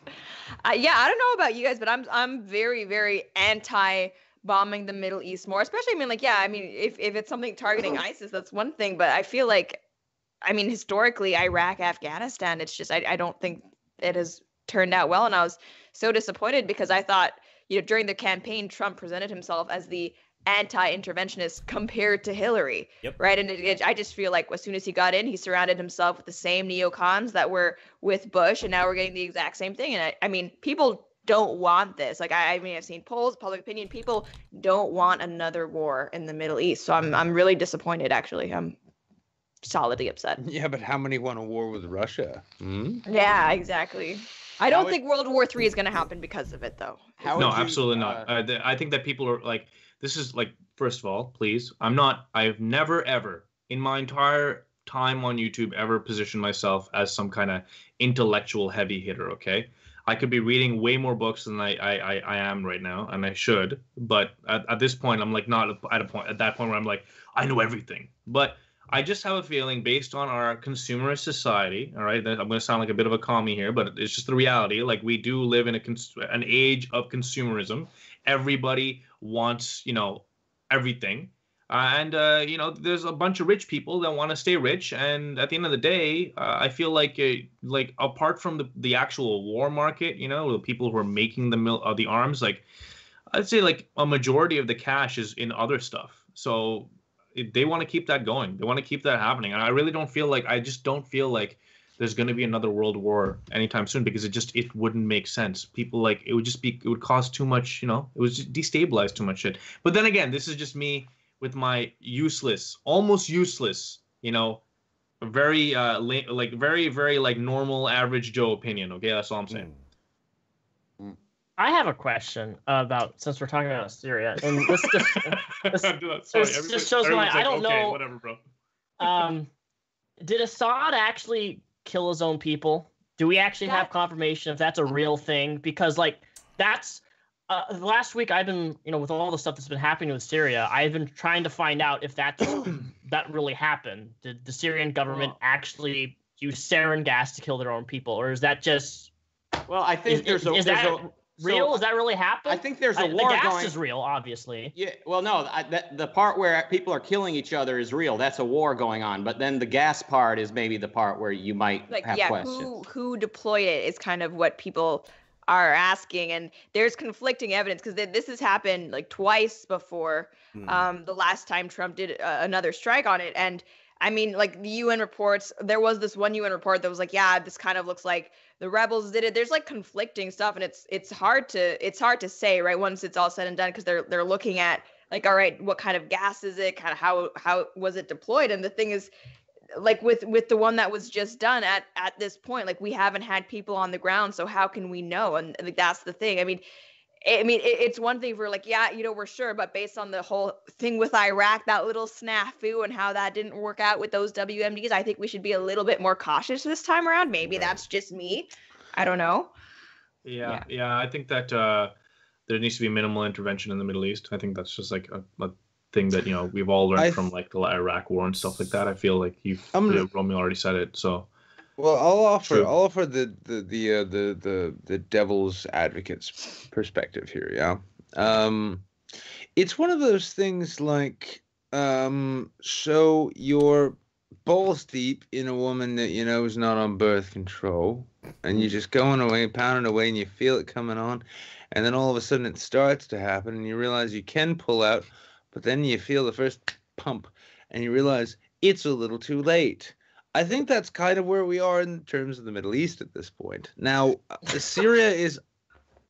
There we go. Everybody, get adjusted to that. Yeah. Oh, that's what he's talking about. Now you have the intellectual perspective about nutting deep inside the Middle East and wondering what the fuck kind of devil baby you're gonna have to deal with for the next 20 fucking years.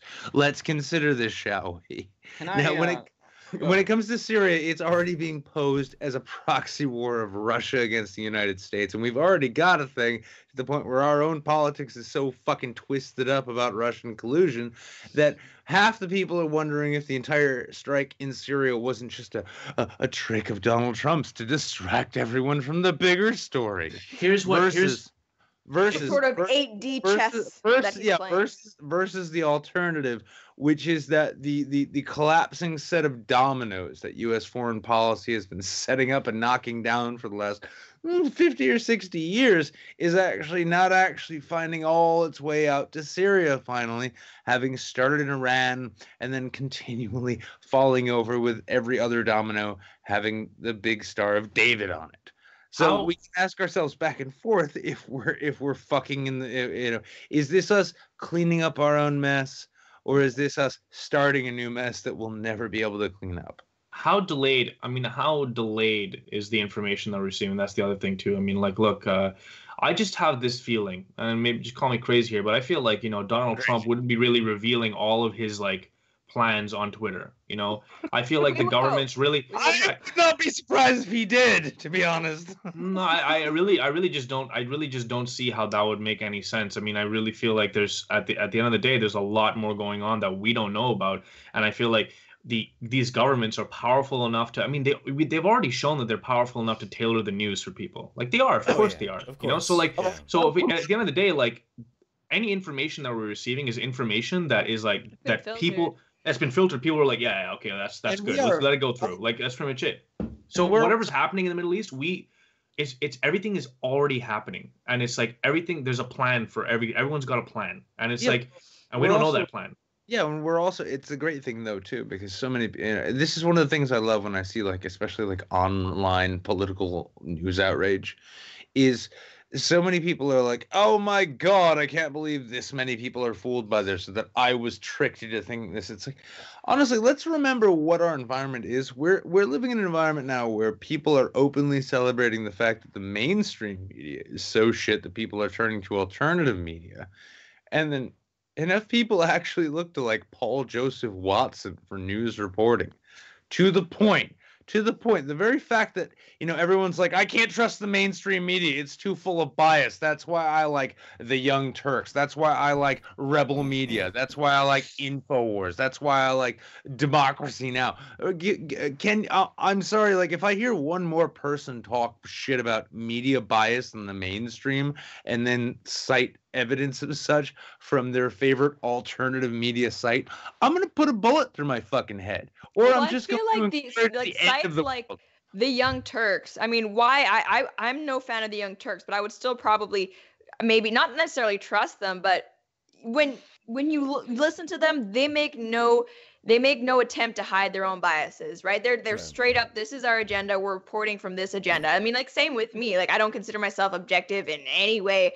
I have my own bias, and I feel like what people don't like about things like Fox News or CNN is that they're acting as if they don't have that, but they totally do. So, I mean, obviously everyone has their own biases, but let's at least acknowledge it and not try to pretend. That's fair. That's fair. But let me ask you this though. I mean, in the like the the intellectually honest scheme of things, should any obviously biased channel have any right to talk shit about mainstream media having a bias?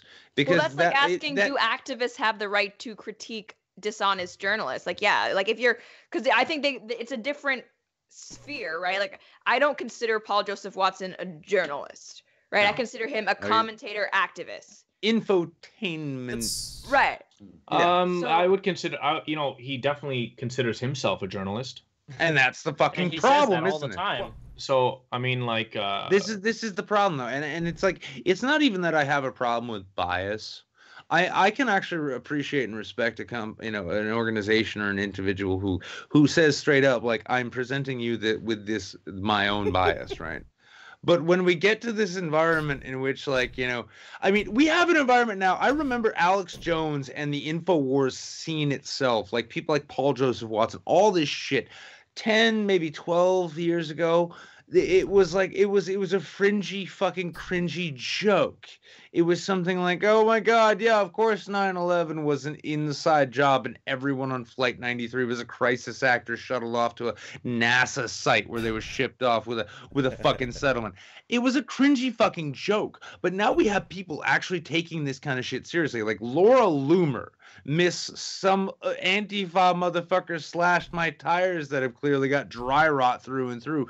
This is like a legitimate news source in the eyes of some people, because the narrative about bias has gone so far that it's like, it's not even about I'm getting away from bias. It's about I'm going to bias I appreciate. I have a theory. And a lot of this comes from when I went down to California and I was on Dr. Phil and I got to see behind the scenes, like I got to go to the Paramount studios and see like what media, like the media, the big entertainment companies, what they have to work with, and it was very eye-opening. I feel like as the world has progressed and media has grown, you had various different media outlets coming out in basically a very natural, organic way to counter each other, because one would have one type of narrative, one would pop up and challenge that narrative, and somewhere between you would get the truth. Now, obviously, we live in a time where it's becoming more and more obvious that that voices can be bought, that influence can be peddled, and suddenly you can't necessarily trust everything that's coming your way from mainstream media.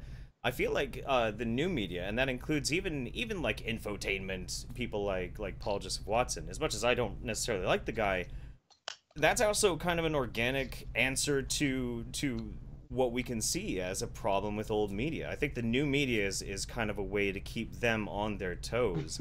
And if there's enough voices on each end, both independent and mainstream, it kind of helps everybody be a little bit more honest. I don't know how effective that is, but that's my theory on what's happening. Can I jump in here? Please, yeah. So, I mean, as far as like the media, I think they just reflect like the values of the culture, especially coming out of academia. And since the academics don't believe that objective reality exists, that's what you get out of the media. But going back to Syria, we don't have a foreign policy. Like, there is no stated purpose of military action. There's no like stated like, here's a threat to Americans. Let's identify the threat. Let's eliminate the threat. Let's make it clear that this is what happens when you threaten Americans, and then we come back home. Like, that doesn't exist. That is just seen as like just out of the question. It always needs to be some complicated coalition, semi-altruistic shit show. And that, I mean, that's why like no one even knows what to make sense of anymore. People always come up with all these theories. That's why people, they try to explain what happens in the Middle East. They assume that whoever's attacking America must have a reason, like it must be revenge. It can't be their religion. It can't be that they want Islam to rule over us. It's that it can't be ideas motivating them. It has to be that they're getting revenge at us for something we did. And on our side, the reason we're bombing the Middle East must be because we want their oil or we want something from them. It's always economic. It's always Marx dictating what we're doing. It could never be because because our philosophy is fucked up and we don't know, like we don't have the moral courage to state our purpose and to go out and do it. I think it ultimately everything happening around us ties back to the philosophy, to the ideas of the culture. Thank you. Damn. Yeah. No. Yeah. Freaking, yeah. And then we kind of went back and forth on this before, Rucka, on Twitter there. I like the idea. I think you give a little too much credit to zeitgeist in that sense. What is zeitgeist? Oh no, like Culture of the common, times. yeah, culture of the time, common thinking, because that kind of thing, while it can saturate a culture itself, if the culture is being governed by an entity which regards itself typically as separate from the culture itself, and does so with its own philosophical motivations, a la staying in power, maintaining power, affecting power elsewhere, projecting force, those sorts of things. When you couple that with, with things such as incentives to stay in power, you get a little bit away from like the actual philosophy, because I don't think that Western philosophy, even when it comes to intervention, let's say, as bad as intervention is, as bad as we've proven it to be, I don't think that the fundamental philosophical idea behind that is necessarily as nefarious as the effects that are wrought from it really end up being. Well, but those are two different things. The philosophy of the West versus, all the way to foreign affairs are like, there's a very long road. So first, the philosophers said reality doesn't exist and reason doesn't get you anywhere. And but you mentioned that some did. The ones that took hold, the Germans, the ones that every philosophy professor today listens to. What are you talking about, like Leo Strauss? I'm talking Kant, Hegel, Marx. Well, I mean, if you're talking about, but if you're going to talk about like, modern, if you're going to talk about especially German philosophers who have affected Western, America, especially American foreign policy, you got to talk about Leo Strauss, because he's the godfather of neoconservatism. Sure. And his was a wholly pragmatic theory, which, when taken into literal practice, has actually affected the sorts of results that we have now, which it says everything from enforcing our moral code on foreign entities is good, up through drumming up war is good because it creates industry within our country. I agree. All of those things are completely exploited. Right. That's not core philosophy. Yeah, but Nick, what he means by pragmatism is don't think long term, just act and don't think long term. That's what pragmatism, and that has a long history in America in politics. It basically is our political system today, is pragmatism. Just act now and explain it later. And that ties back to Dewey. That ties back to Royce. But just as far as the government wanting to stay in power and the government being corrupt, you're placing that corruption as a primary. Like, that's what drives our culture. That government is that way because we want a lobby system. We want a government that grants favors. We want a government that picks winners and losers. So we get a lobby system. And then the corruption that ensues is a consequence of that. The corruption that ensues as a result of that, as a consequence of that, is an inevitability, which the thing is, though, is that the notion of a lobby system is one that was sold on us to begin with by people who knew how to exploit it in the first place. I mean, we can go all the way back to Vietnam, in which military contracts were brokered in a way in which every helicopter that was shot down, we'd buy 2 to replace it. We can go 100 years back farther than that, to the people who came up with these ideas that got us into this shit show that we're in. But ultimately, back to Madison. I mean, but the thing is, though, is it's the same game, the same trick. Oh, not Madison. Sorry, back to the Wilson era. Yeah, but that's the point. Is that it's the same game and the same trick that's played over and over again because it's been found to be effective. Yes, and so you almost can't blame guys like Leo Strauss who say that a strong central government with a very authoritarian stripe to it ought to do everything in its power to take overall control of the population, even if it means manipulating them, for the central means of advancing this very strict doctrine of moralist and ethical belief systems. You said that the lobby system was sold to us by people that wanted to exploit it. It was sold to the Americans as, here's a better society. Here's a government, a progressive government that'll, help the poor, that'll work with business instead of leaving them alone. It was sold to the Americans as a way to create a better society, and the Americans went with it. Yeah, so it was sold. It was sold very much like a timeshare, in that, like, it's a great deal. So, aren't all systems like because I feel like you guys are coming back to like cronyism, like that's what I feel like it's going to. I mean, like, aren't all these systems like were built in such a way that you kind of build up the people around you, to build up the people that you consider your tribe. It's like the difference between like collectivist Marxism and like Straussian neoconservatism is that Straussian neoconservatism in this case sort of relies upon that thing working itself out in a sort of almost Darwinistic fashion, to where it's like, well, if they are able to take power and they're able to do it in this way, then clearly they deserve it, versus like the Marxist notion, which is like, well, if we just make sure everyone is taken care of, no one will bother wanting to take power. It's an idealism, and it's like a short-sightedness of vision. That's for sure.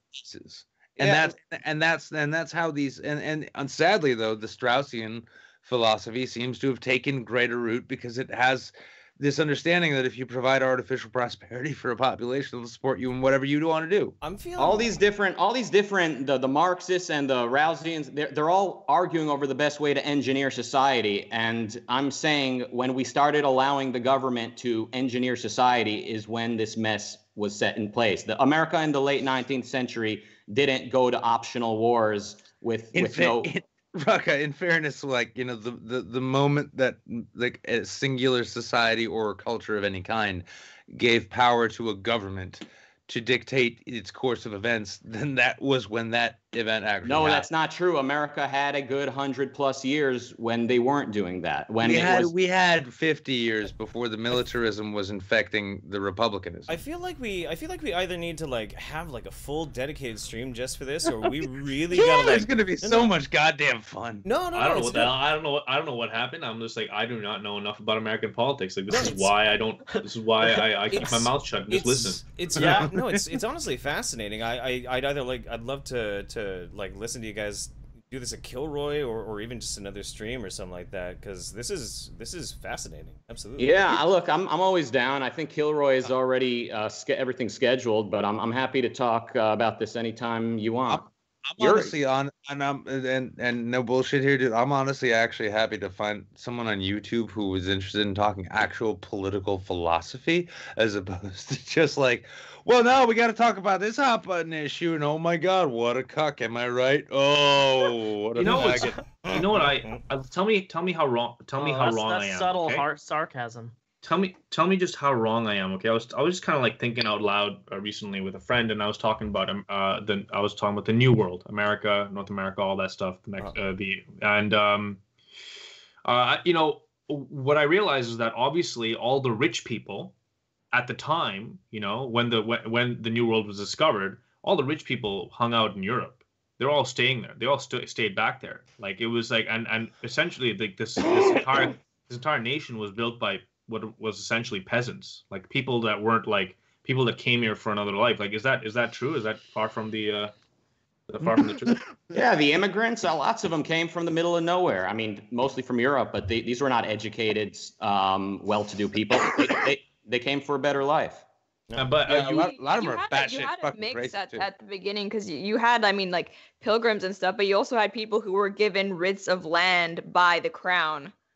To come here and make settlements. So they were generally more wealthy, but you had a lot of like indentured servants coming over that were essentially slaves. Yeah, and they dumped their prisons here too. Yeah. Yeah, there was a lot of that. There was like, okay, we're just gonna like liquidate some of our jails and prisons by dumping them in the New World. And we've been kind of we've hosted that a number of times. But I mean, one thing, and this is a funny thing, and this is something. I mean, it's not a solid philosophy, not a solid idea, but it's something I've been toying with that I was told by somebody whose mind I respected quite a bit. And when it comes, and it kind of relates to gun violence, and we're not going to get too into that, but it's an interesting thing. Yeah, well, it's an interesting notion though when it comes to like the American ethos, because when you take the concept of the lower or middle class settler who came over, right? So you've already got the New World established, America's its own thing. You got these people in, you know, the old countries who at some point decide the best thing they can do is take their family, what possessions they can afford to hold on to, and whatever money they have. They're going to cross an ocean to this new world. It's known to be full of savages and wild animals and all this other shit. I'm going to take my family over there. And once my family's there, we're going to live there. And if we can get a wagon, I'm going to put them all in a wagon. I'm going to go west out into a land nobody knows what the fuck's out there. I'm going to go find that place. I'm going to find a place for myself, claim it, settle, build a house, try to raise a family, and this will be my family's land from here on. It takes a certain kind of crazy, I think, to make those decisions, to a point where if enough of those people came out and went out and established like the Western tiers of this country, I could kind of see how this sort of ballsy, I don't need any help, I will do it all myself, you can go fuck yourself, government and everyone don't tell me what to do kind of mentality would filter down and distill into what it is today. Because the American mentality is a little different than around the world. Yeah. Very, very different. Yeah, hey guys, listen guys, actually I gotta go get some Korean barbecue. I actually gotta check out and get out of here. But this was a lot of fun, and I'm really looking forward to seeing you guys. Maybe some of you watching at home are gonna be in Phoenix next weekend. That'd be really sick. I really hope there's some viewers in Phoenix. I'm pretty sure there are. Obviously there are. Obviously. Yeah, everyone come on out. Just do it. Who cares? You ask your parents. Say it's for school. Just fucking come on out, everybody. All right. Hey, this was a lot of fun. Nick, you're a fucking bright. You're bright. Like, you're funny. Like, you were cracking jokes this whole time. We're gonna have some good talks, Rucka. I got no doubt. I got. All right, guys. All right, bye, guys. Bye. Yeah. Peace, Rucka. Oh no. I'm also gonna peace out. Shit, hang on. I tell you what. Wait. We are actually at the end of the show. Hang on. You guys, all you guys here, real quick. You guys chill. What we're gonna do something new. What we're gonna do real quick is we're all gonna say bye, and then I'm gonna take all you guys off the screen so that everything doesn't break, and then I'm gonna catch up with the super chats on my own and end the show. You guys can hang out in Skype while I do it. So for everybody out there, please say a big thank you to Bunty and Repzion, Romy Millennial, and Rucka for joining us. We're all gonna be hanging out together in like 5-6 days. So excited. Show today. So excited. Yeah. I'm pretty excited. I mean, I'm a little nervous. I don't know if the schedule has been released yet. Has the schedule been released yet? Do people know what's happening? Yeah. So it's public? It's public? I don't know if it's officially released, but we'll make sure you get yeah. Okay. No, I already know what I'm doing. I'm just saying I'm a little we'll talk about it afterwards. Yeah, it's fine. For sure. Bye, guys. All right, Bye. Cool. Bye. All right. So, yep. And then We're done? 1 second. Just let me mute you guys. What a nigger. You guys keep hanging out though and talking. I'll just mute. There we go. All right, sweet. Okay, so it's just me, and I have something behind me for some strange reason. Get rid of that. This is not a Saints background, by the way. Obviously. Actually, let's fix that because that's gonna piss me off. Real quick. Saints. Bam. And there we go. Sweet. Hi, everybody. It's just me now. Much more quiet. What a hell of a show. Hell of a fucking show. Let's catch up with the super chats really quick, and then we'll say our good nights. Unfortunately, some of these are to some of our guests, and I obviously can't get their opinions. But Doc Skogum says to Rucka, so this girl I know named Jess wanted to have sex with me in front of this mad-looking duck. She's insane because she likes to, in her words, cuck the duck. So should I proceed to fuck this mental girl named Jess and also to cuck the mad duck? I don't know what Rucka's gonna say, but I would say yes, cuck the fucking duck. Tyler Hill, Midori is a honeydew melon liquor, maybe 50% alcohol. It's true, it is a very girly drink. Ex-Bubba Hotech, can we just skip to Everclear? Not me, dude. Jables Boogly, this goes towards a death shot for Jonathan Davis so you can later enjoy some cummies while listening to Steel Panther. Fuck you, dude. Not cool. Gonzo Duke roaming how much for armpit pics? I'll ask her in DMs, dude. I'll try and get an answer for you. JSC Hong, oh Danny boy, the socks are calling. Not bad. Gonzo Duke, hashtag calves, hashtag gay, hashtag muscular, hashtag Ayn Rand, hashtag influencer. I tell you what, Rucka Rucka Ali not only has very well-defined calf muscles, he's also a very vascular man, if you're into that sort of thing. Rhino says, Ermey only did it to avoid paying taxes.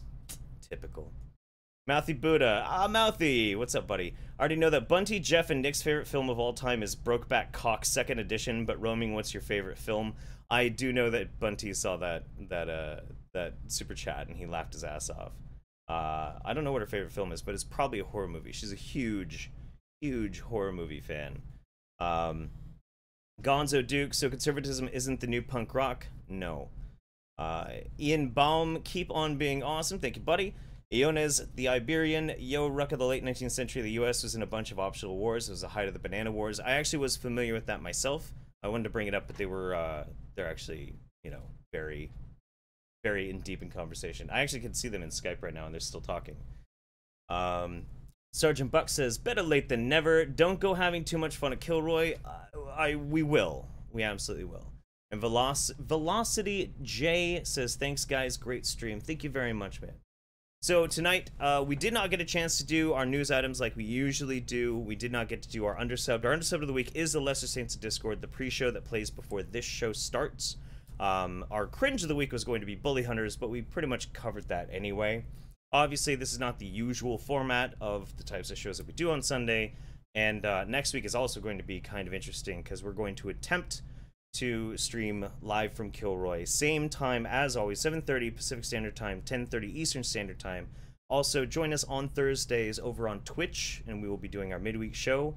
It's our community show where we talk to you guys. We get to people like randomly roll in and hang out and just have a good, relaxed, chill time. But for Nick Goroff, aka The Wizard of Cause, I am Jeff Holiday. Thank you very much, everybody, for being here for the YouTube Saints, our Sunday show, episode 55, with an all-star studded cast. It was a hell of a lot of fucking fun. I hope you guys had a lot of fun tonight. And if you're going to be at Kilroy, make sure you come and say hi. But otherwise, guys, we're done. Good night, everybody. Have a fantastic time. We'll see you soon.